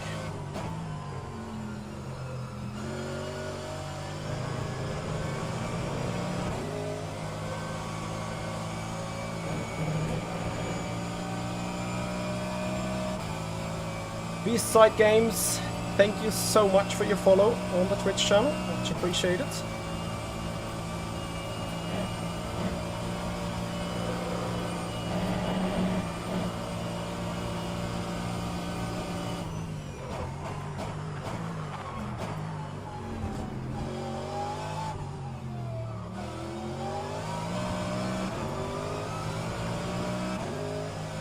I now have fuel for 4 laps.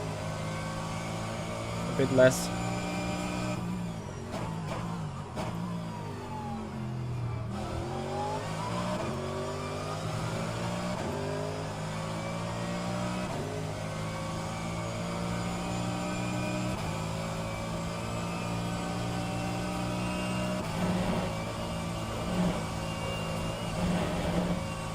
It's a track limit.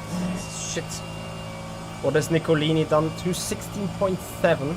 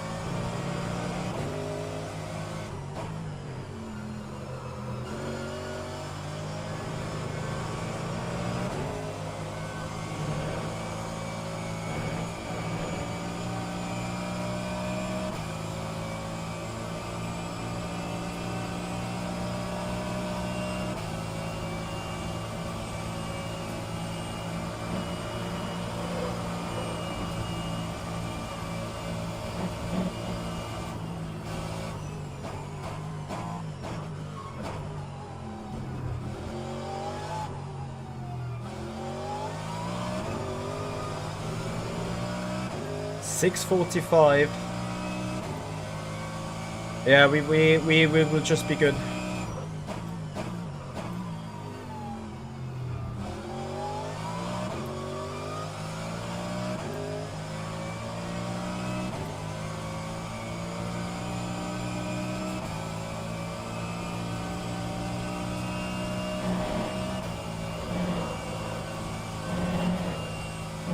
My bigger three are the track limits at this moment.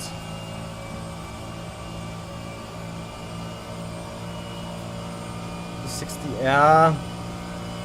Barclay is slower.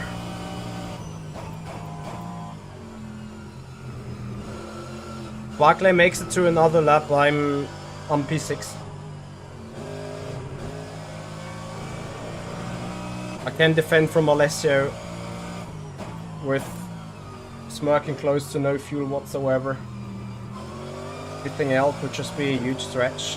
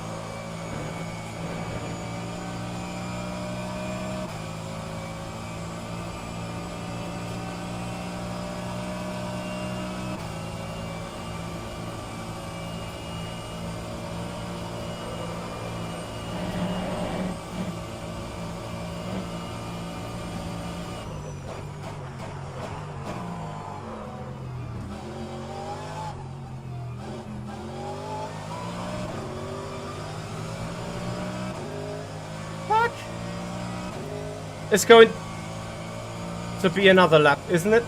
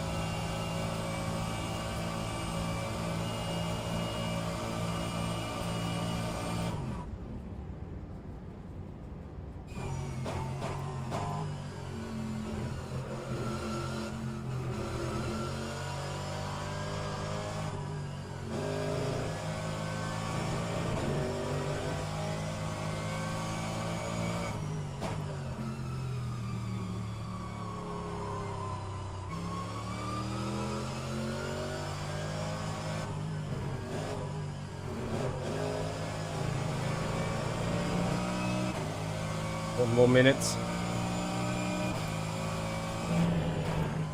Fuck. Guys, it's 2 seconds or so. We're gonna get another lap. And that might be considerably hard to defend from.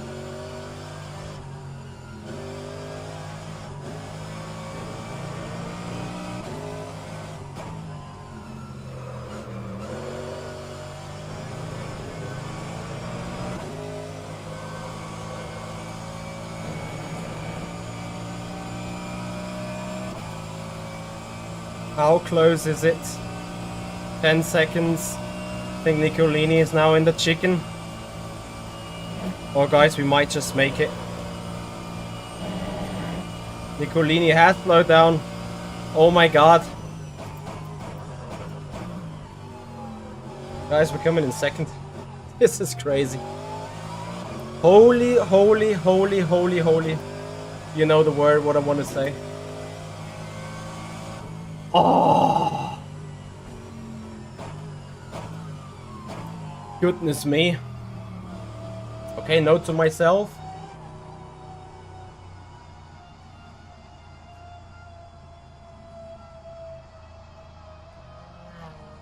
That the 40 laps haven't been enough, liters haven't been enough.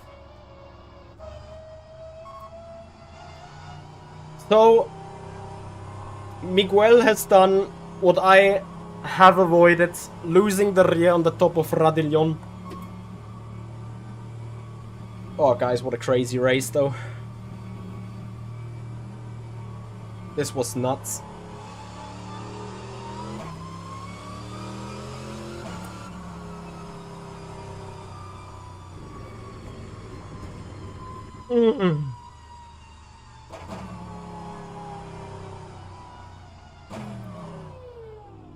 So, questions of questions. Did Nicolini slow down or did he not? 6 seconds of overtime.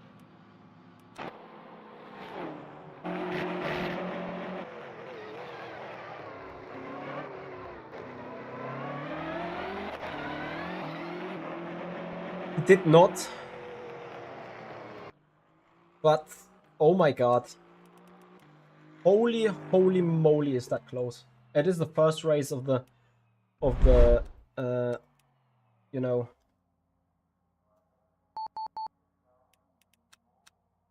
Yeah, so you need 44 liters to really be safe with it.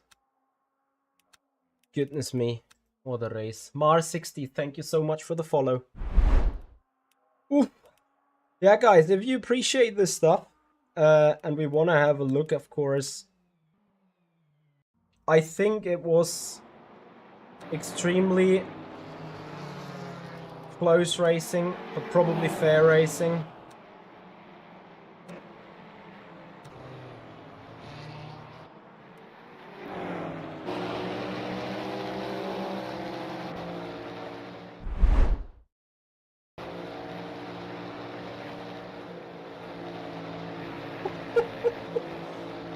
Oh my god.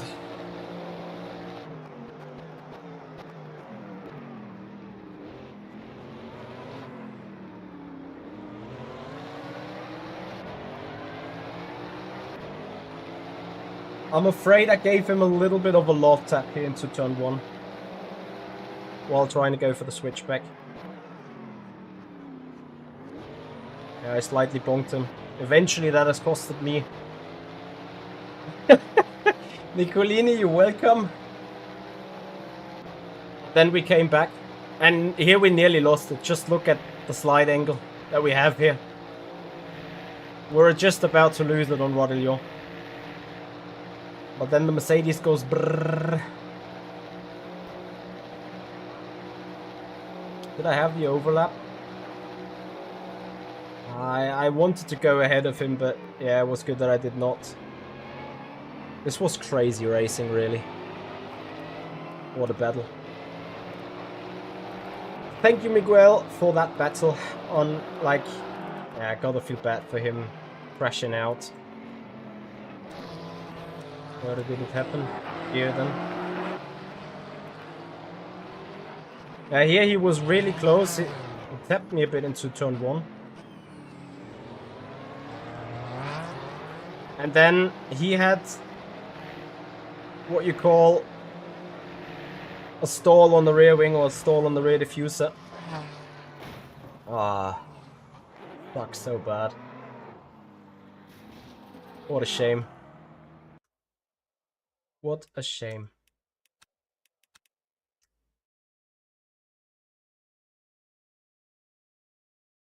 Good job, Dennis. Hope you enjoy rFactor 2. Because we are now trying to enjoy... Where are we? The Touring Car Championship. 32 people on it. Almost makes no sense to join the practice server. But we're just joining it.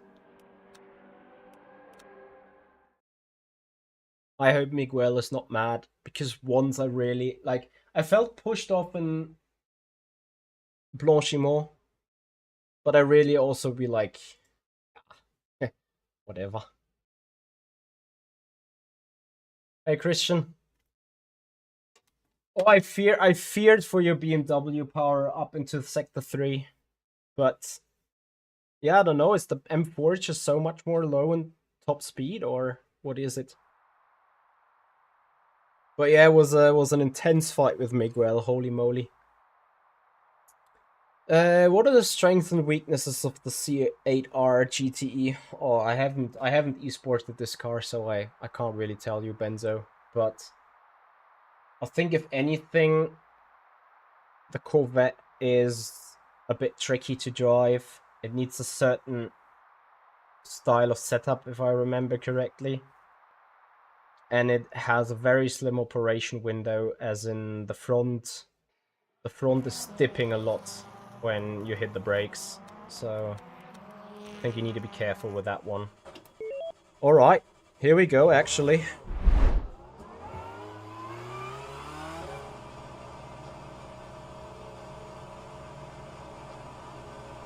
At 27.1. You have been on pole with that, Renee. Well, for the time being, it looks like we can do 26.3 with race fuel conditions. Which is the next thing. I need one lap to determine that now.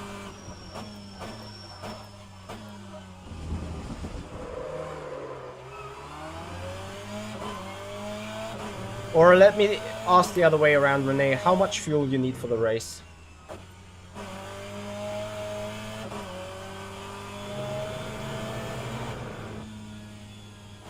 Yeah, Christian, I did the same.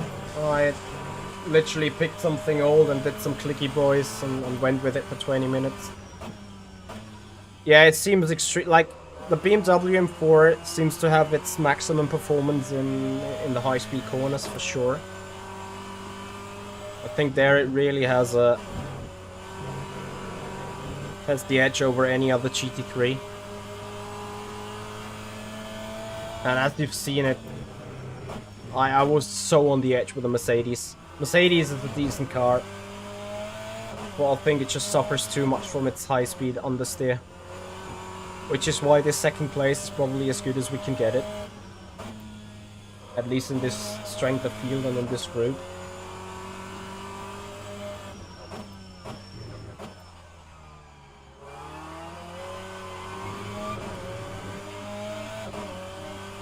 Need to even more move the seat.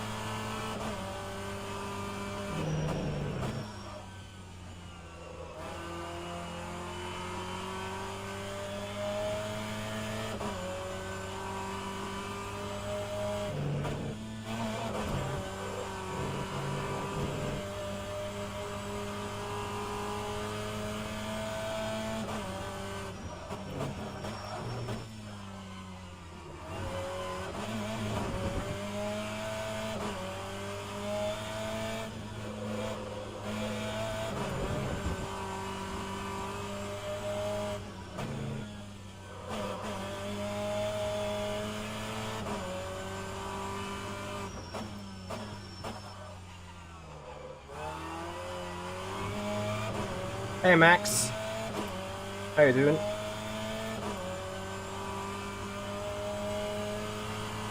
So 1.7 liters, 25 minutes times 60, we're doing 87s.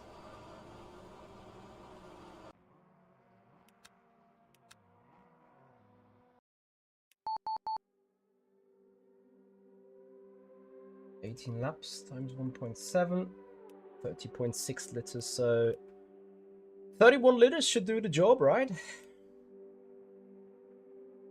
So we're joining the server. RF2 is running. Yes, great, awesome, joining.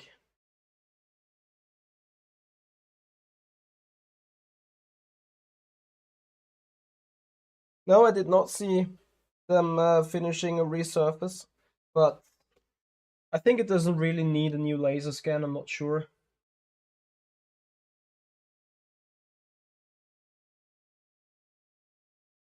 But let's see.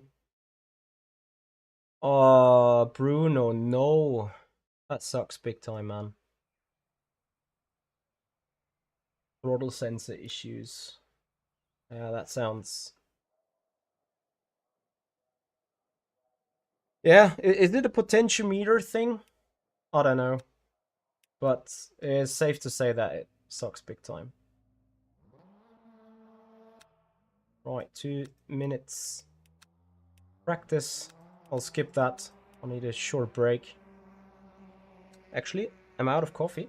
So I quickly grab some coffee. You guys will appreciate.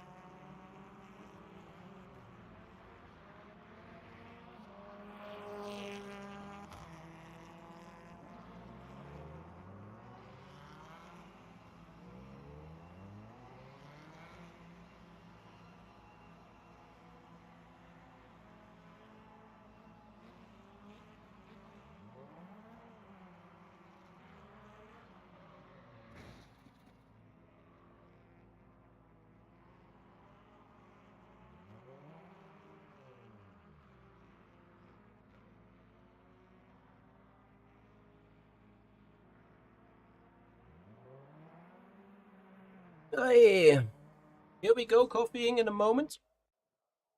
Well, not in a moment. Actually, right now. Oh, qualifying is on. I guess we get 3 shots this time. Yeah, it's a Hall sensor, but ooh. I'm afraid the issue is kind of the same.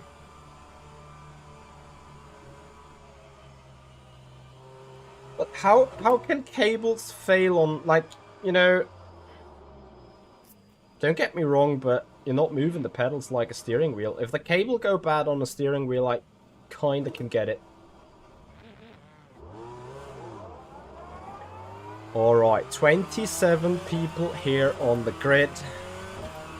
We'll have a couple of guys to watch out for, though. Fabian Ruud is here, Dean Hard. That was a good competition split for sure.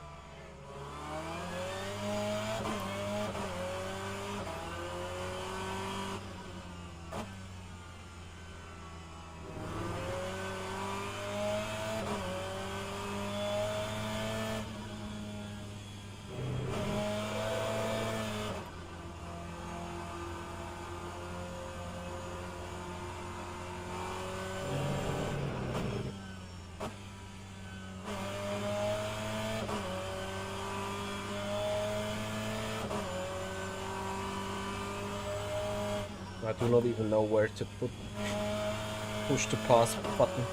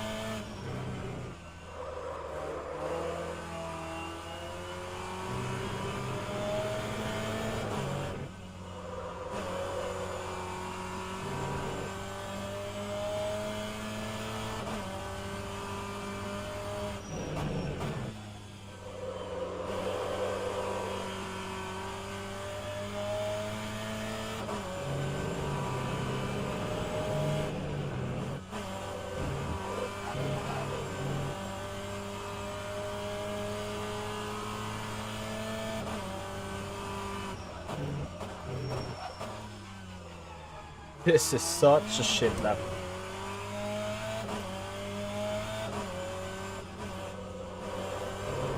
Oof.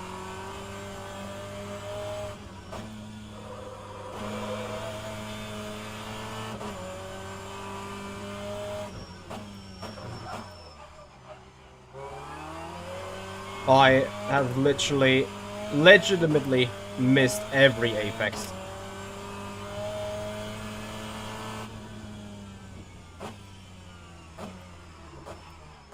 Oh my god.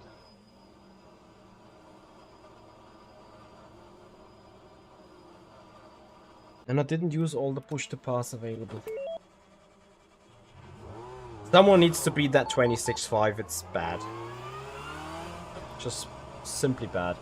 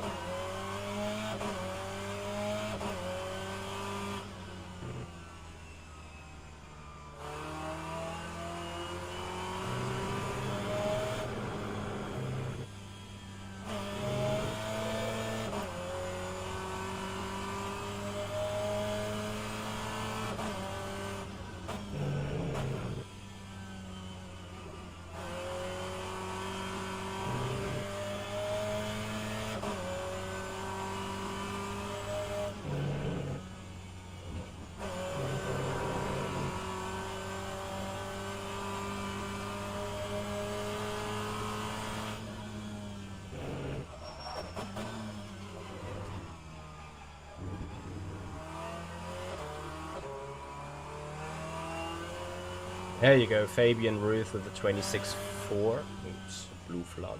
Sorry.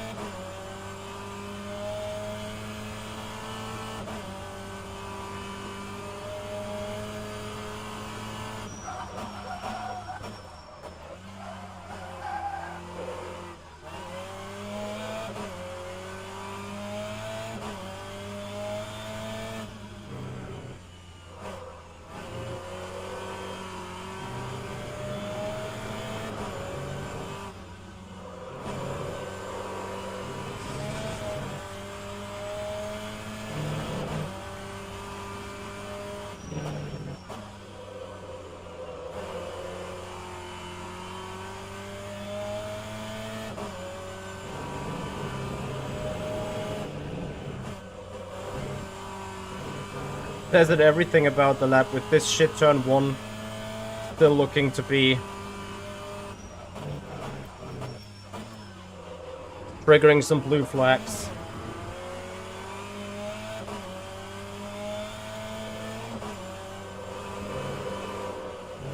Yeah. Thank you so much for ignoring the blue flags, everyone. It's a pleasure.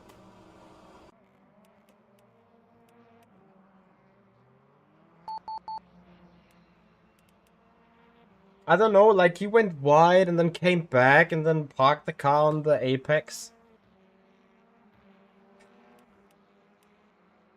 Have I mentioned that I hate this track for its stupid traffic?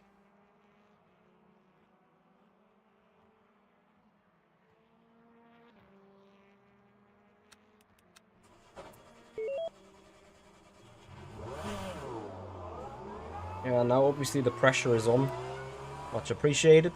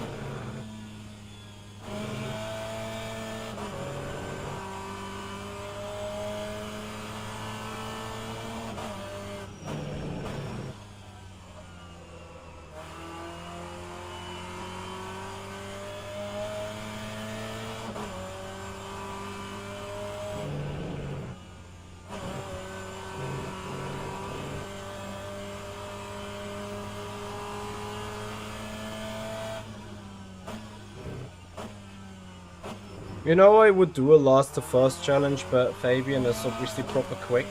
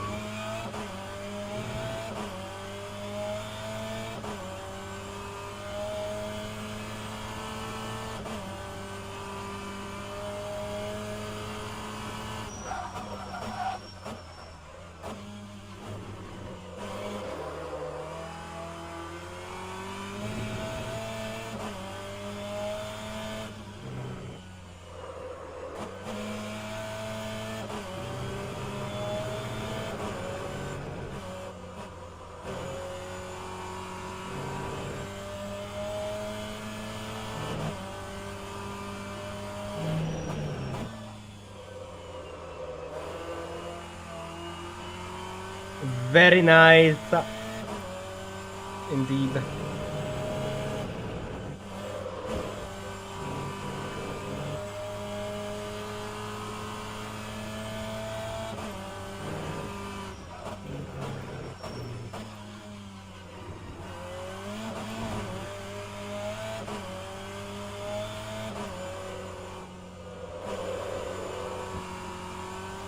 Damn it. Oh, I don't rotate the car good enough.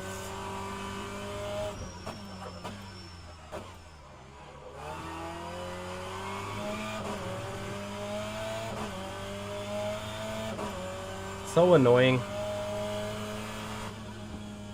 Should be a 25 something.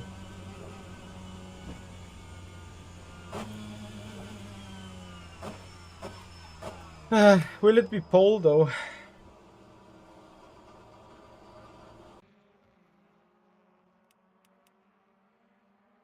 Apparently it seems like. Alright. Going for a very quick pee break and then we'll be back here in the BMW at Laguna Seca. Guys, enjoy the final race of the evening. Will I head for another GT3? Crazy, I guess.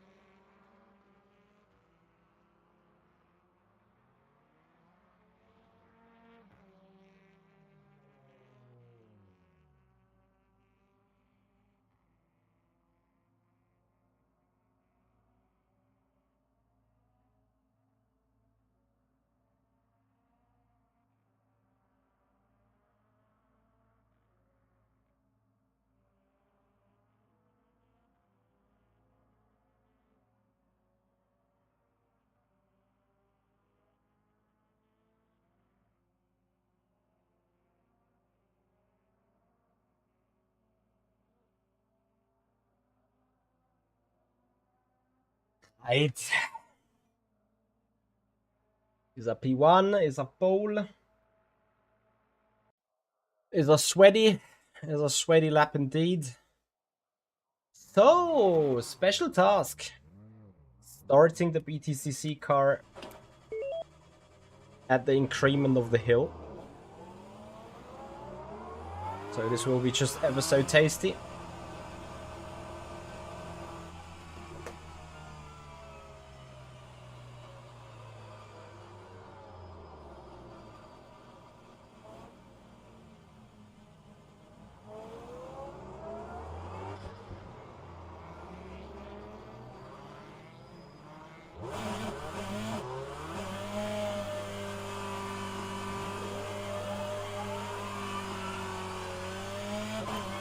I fear pole position might actually just be a disadvantage here. Let's see.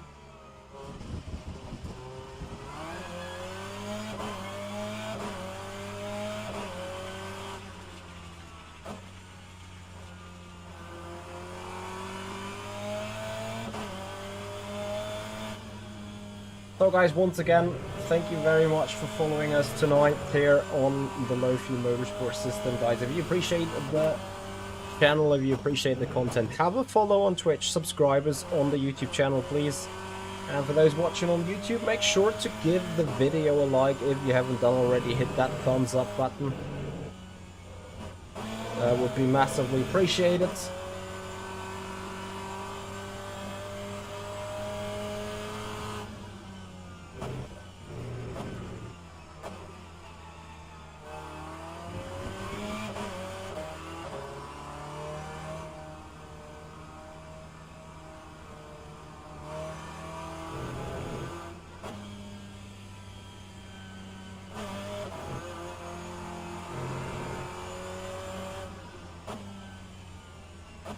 No, I'm trying to be the Red Bull.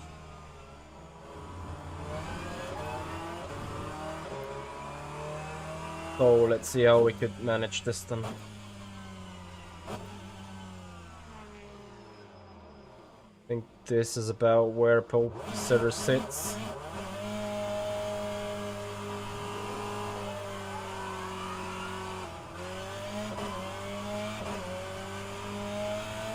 Could be worse, I guess.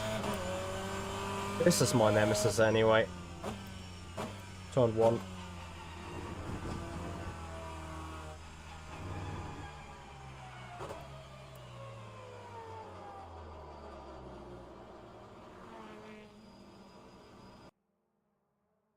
Have a quick calc again. 25 times 60. We're doing 87s. 18 times 1.7 of fuel. I have 32 liters at max. Attention grid, will all non-essential personnel leave the grid now? You know what? We just take 82. 32. Alright, boys and girls, here we come. P1, we start right on the finish line.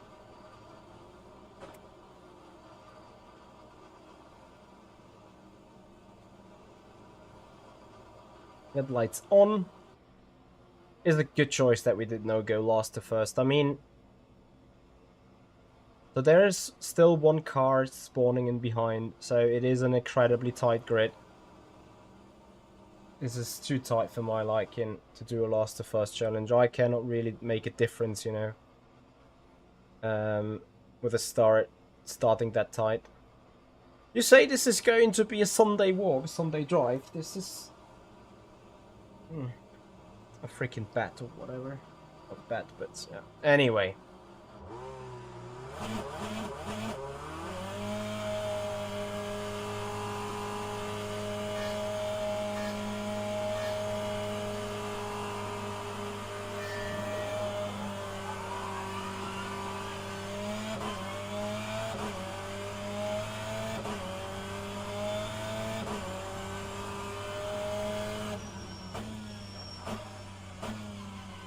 Amazing start.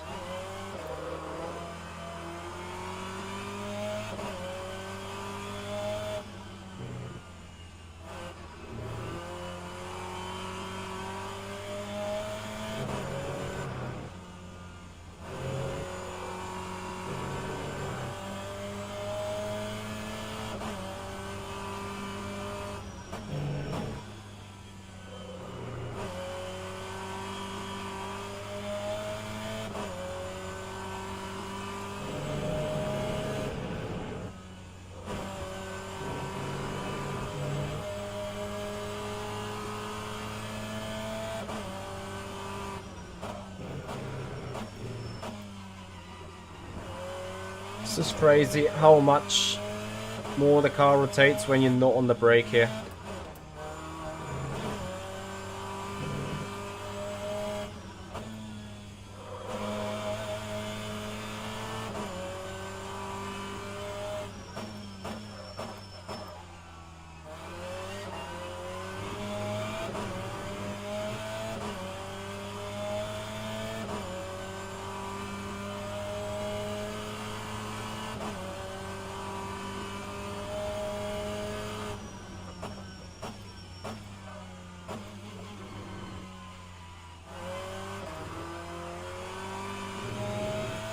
Well, perhaps I could have gone for the last to first.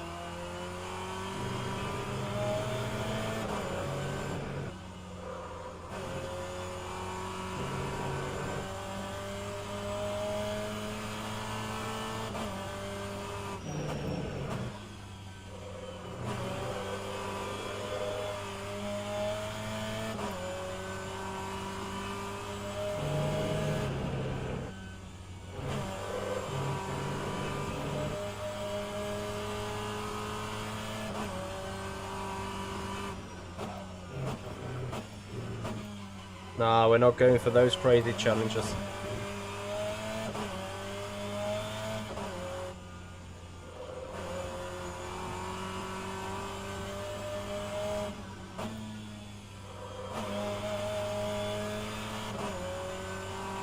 But this is actually also an indicator for you guys how we are doing our setups here at improveyourlaptime.com. As you can see, P2 is Fabian Ruth, one of our setup engineers at www.improveyourlaptime.com. I'm running with an iteration of a setup, he's surely running with a different iteration of the setup. And I guess by tomorrow we're going to have the final version of setup together, so that we can publish it on our setup shop, www.improveyourlaptime.com. You'll find regular setups here for probably the rear wheel driven cars, because they are the most popular, even in the BTCC area. And maybe some GT3s on that setup shop page. And here you also can get an indication of what they are able to do. So you see Fabian Ruth, yes, he is 5 seconds off us, but remember, he is rather an engineer, not a dedicated esports driver as we are.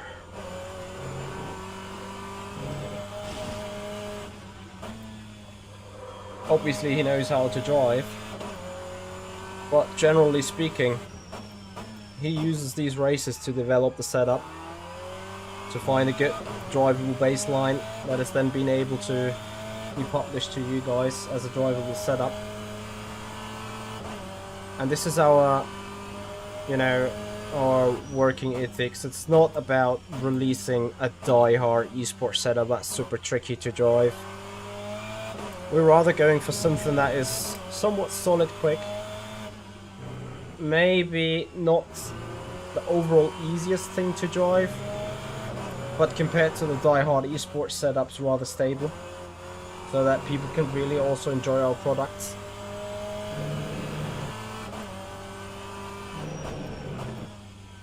And here you guys see them getting tested live.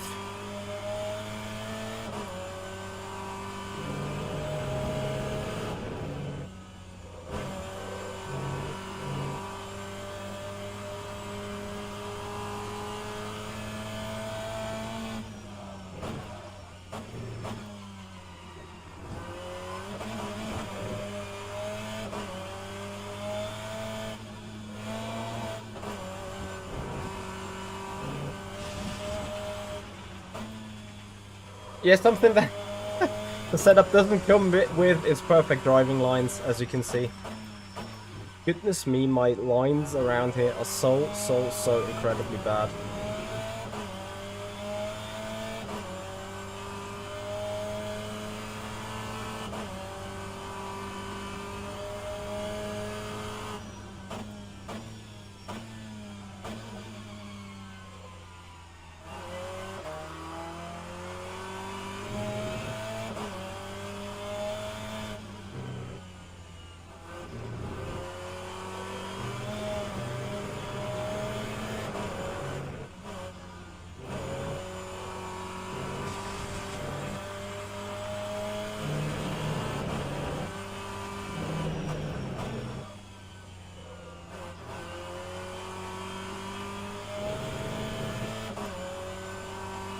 So, and obviously, might not be the best advertising my driving right now, but if you're a sim racer, if you're looking to improve your performances on a driving base, feel free to reach out to us, simracing@michi-hoya.com. You'll find the email address in the link tree down in the description area below. And you guys can book me for a dedicated one-on-one coaching. Whatever your areas to improve are, we're gonna tackle them. Speaking about these, we're gonna have 2 episodes of Sim Racing Academy where we have coached Edson in the Clickenhouse hypercar around Bahrain. One of that video is coming up this Friday, the other one coming up the Thursday after. So make sure to tune into them.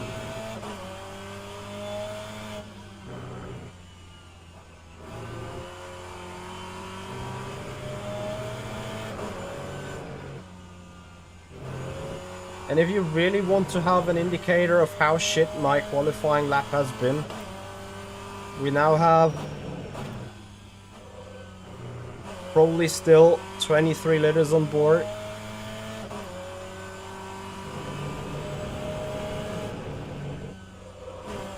But we are not lacking much time for overall fastest lap time.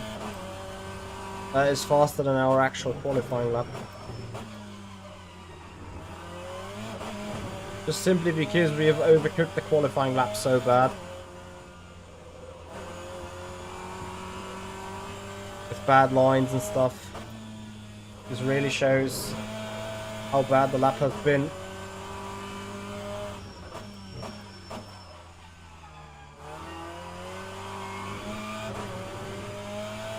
Yeah, here we go.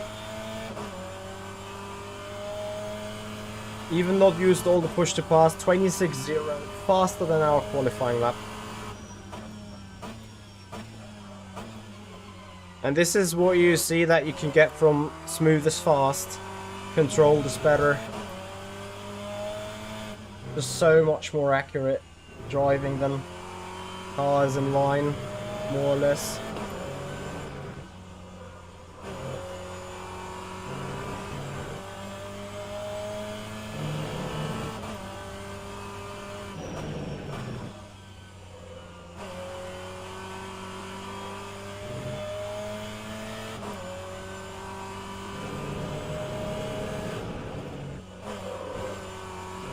Yes, Renee, coaching would be in German if you prefer German. Of course. No customers king. If I can deliver it, I take it. And yeah, German is obviously possible. As being a German. Oh no. So there goes the sub 25.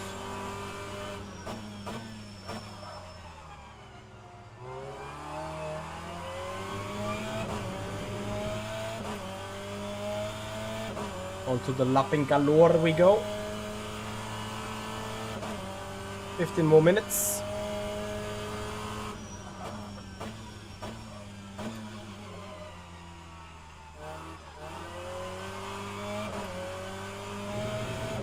So last lap Fabian has been 3/10 quicker than us. Let's see what lap time did we do. 26.7. So yeah, he is lapping constantly the low to mid 26s.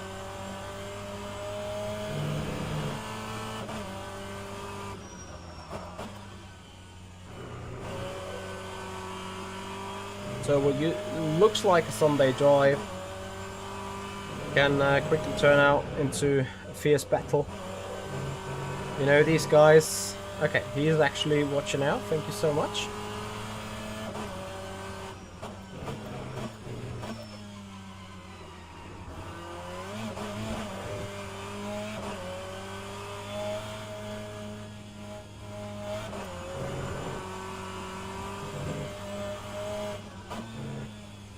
I keep missing this apex so bad.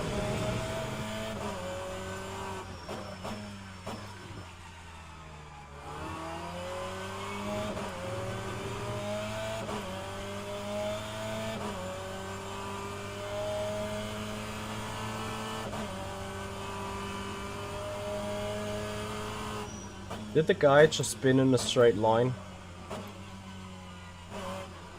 That's mental.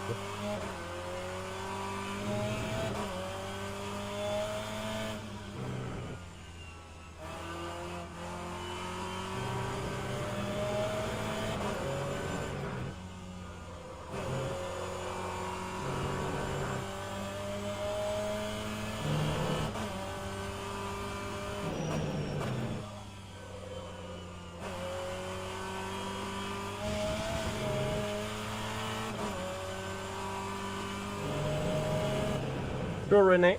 Take your time and whenever you feel it's the right time. Hit me up.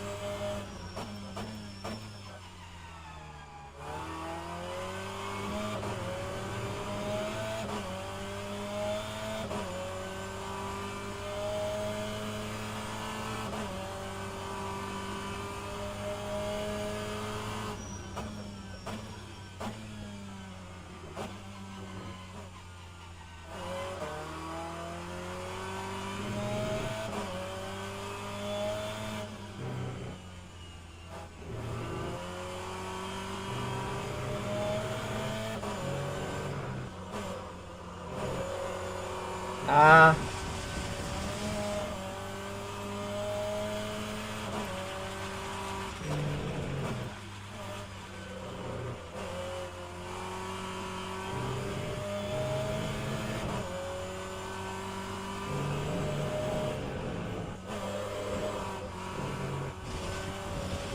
Oh boy, don't do it, don't do it.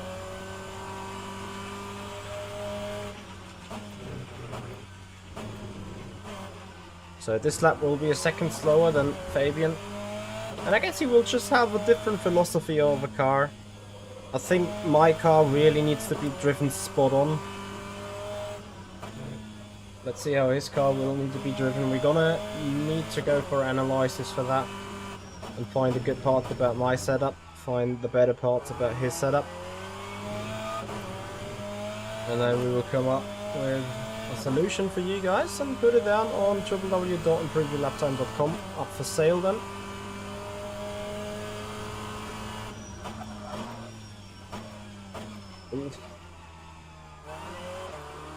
I don't know how much I have burned the tire now, but well,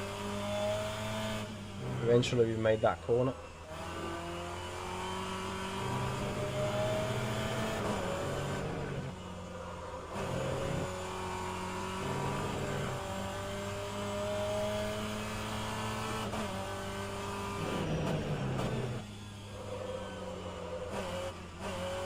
Too quick into this damn corner, Mitchie.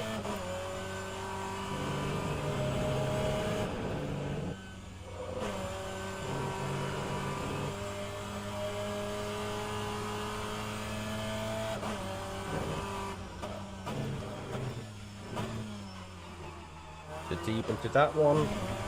I really got my issues with braking here. Which might be damper related. So Renee, as much as we think this was a Sunday drive, look at the pace of Fabian. Tell you what, one foot put wrong into the gravel or whatever, and he'll be on it. There's a Snipes, hello and welcome.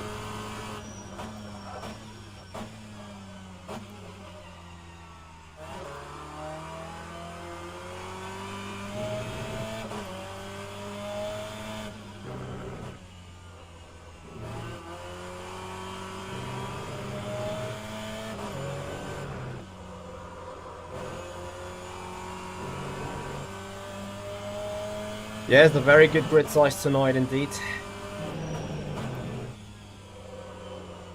Bit more rotation into the turn and then things look better.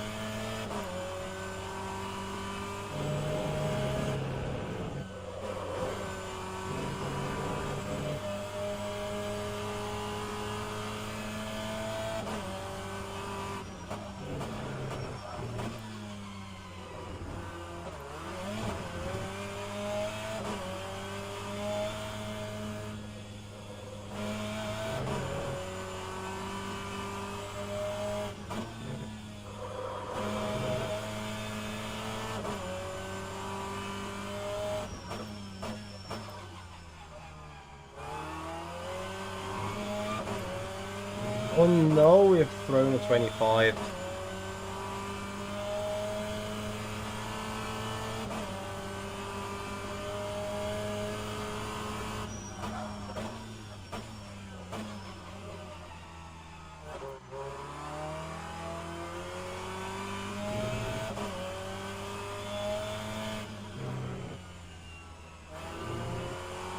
So, 7 more minutes.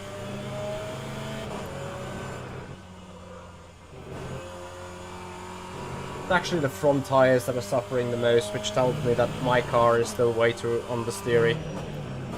Which explains a couple of my issues I'm having, especially here on these exits. Car really doesn't rotate too nice around outside of the apex or outside of the corner, so it's a bit of a shame.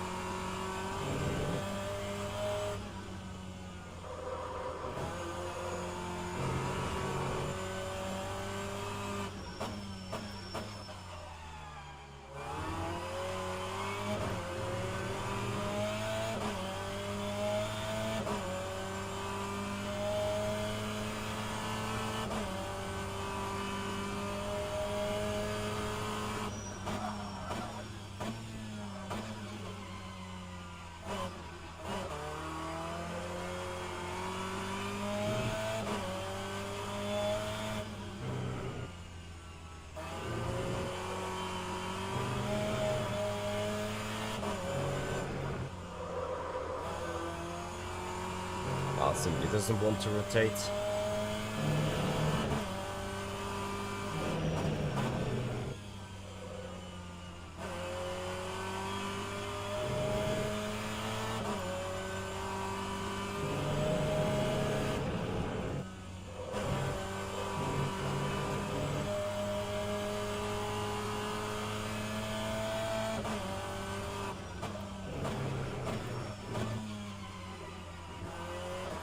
I don't know how many people have I lapped even. 10 out of 20, 32? Don't even know.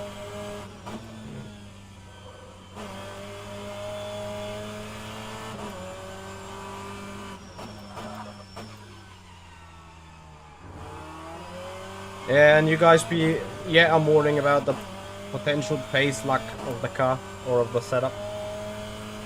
Well, that's how we sim racers are, we strive for perfection.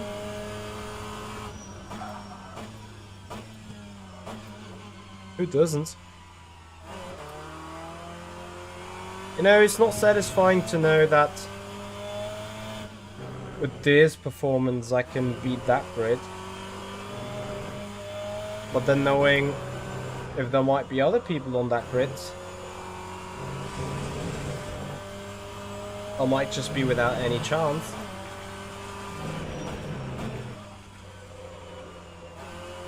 Because the car's just not performing the way it should be. And not... Yeah, there we go.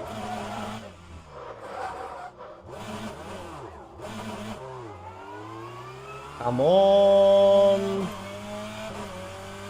Awesome. 360 just to spice it up. So that's what I told you. It's about that one mistake that you do that throws you down the bridge. So we lost 8 seconds here. Thankfully we didn't hit any barriers.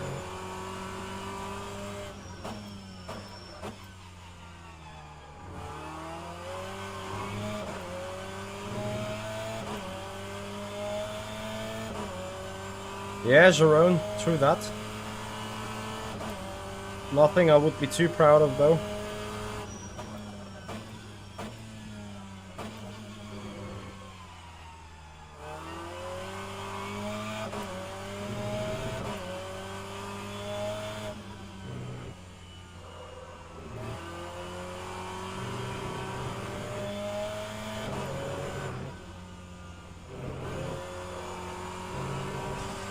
So we're making this much more full of defense than we actually need, but okay.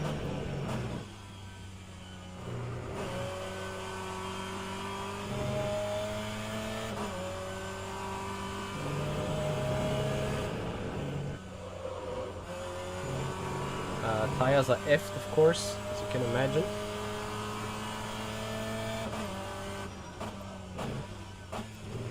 So here we're at least lapping P17.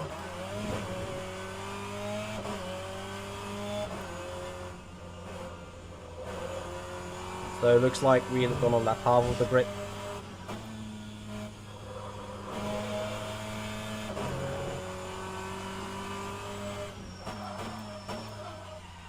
As we go into our penultimate lap, massively overfueled.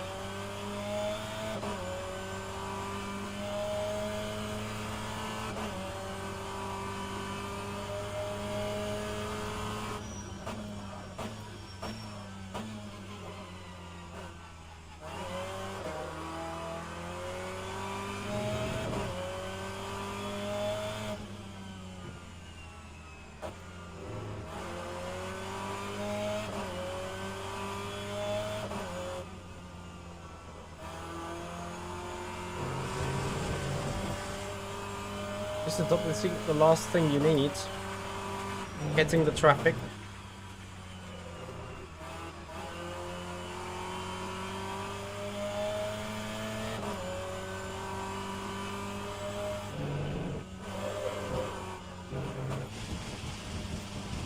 Oh no, we're not gonna make a spinala.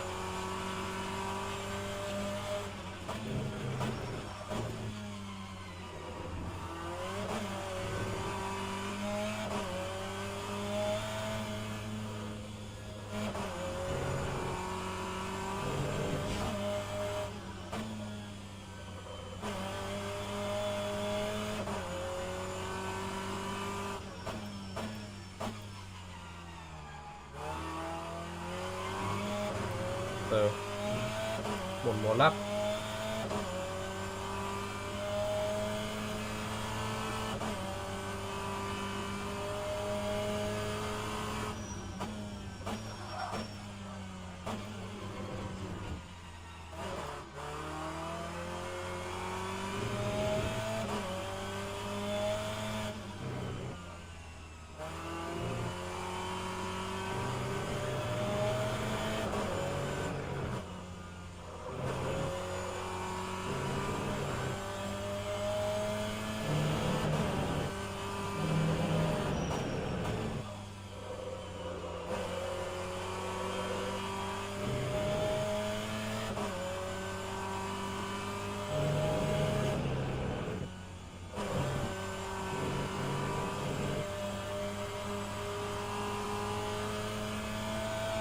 I don't see the pedal inputs per se. Oh well, I do see them. This is just the standard rFactor 2 HUD. This is completely rFactor 2 standard board tools, as we call them.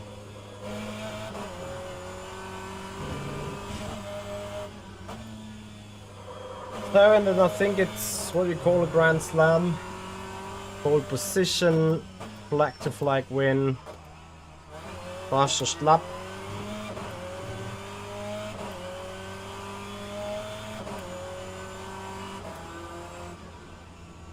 And a P1, well, not quite the Sunday drive that you think, but is a 1-2 for the improveyourlaptime.com setups, so that's good advertising, so to say. Yeah, and if you guys want to have a shot in this car with a setup, then check out our setup shop tomorrow, www.improveyourlaptime.com.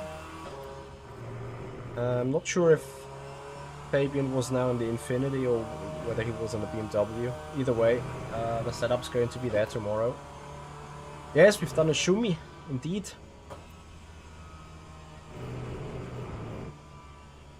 So we're just taking the car home. We were overfueled though by a good 2 liters.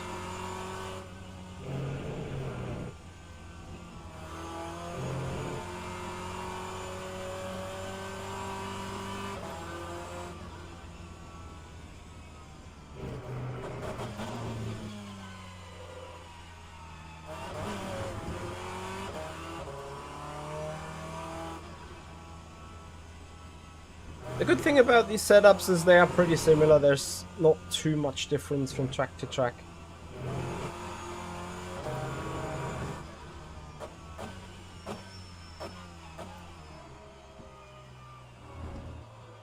Yo, box. Where is our garage spot? Somewhere here maybe. Oh no, there's a car. Alright, boys and girls, thank you so much for joining us tonight. Really much appreciating your time. I hope you have appreciated the stream as well. We're gonna have a raid on Twitch. Perhaps no stream tomorrow, not quite decided yet. It's going to be a tough schedule that I'm having to deal with at the moment. So yeah, a quick out for you on things. We are going to release a guided Simracing Academy session with Edson in the Glickenhaus Hypercar around Bahrain on Friday. The Thursday after this Friday, we're gonna release the second episode out of this. And we're gonna have a Formula E stream at London. Probably on Wednesday. Let's see. Anyway, guys, really have appreciated your time. Hope you've enjoyed the stream. Again, guys, please give the video a like on YouTube, subscribe up to the channel, follow us on Twitch, make this community grow. We're having a quick look maybe onto Low Fuel Motorsport webpage. So for Mercedes race, we got 64 elo, putting us to 3901. And I think from this race now we should probably get another 50 elo. So this is an important scoring here. It's not gonna put us P1 like we've done way too bad in round 1 or 2.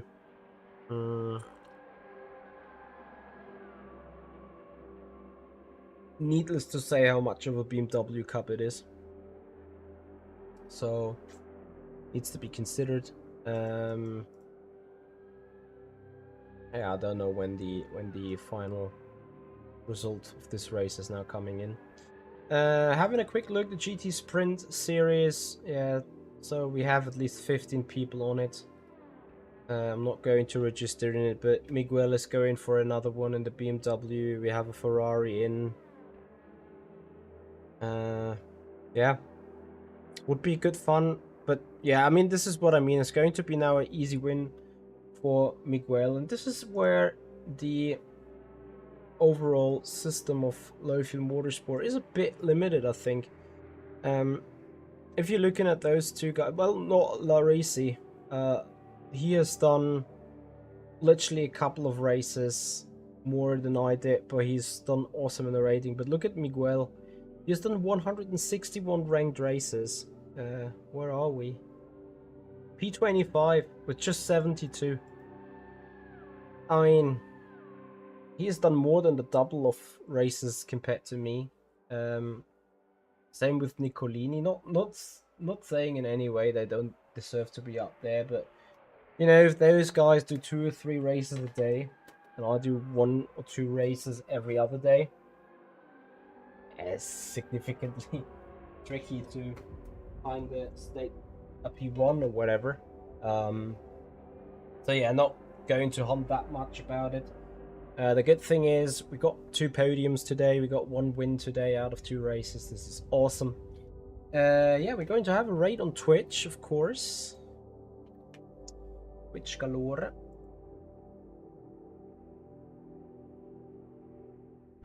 Well, this way. So We just rate F1 Ellie. She's live with iRacing. You'll enjoy that for sure, as we're a sim racing community.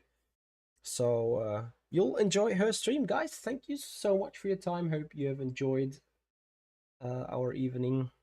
It's Kenny. We had a raid. I missed that raid. When did that raid happen? Unlucky. I'm so sorry. Anyway, thank you so much, guys. Have a good one, everyone. See you. Bye-bye.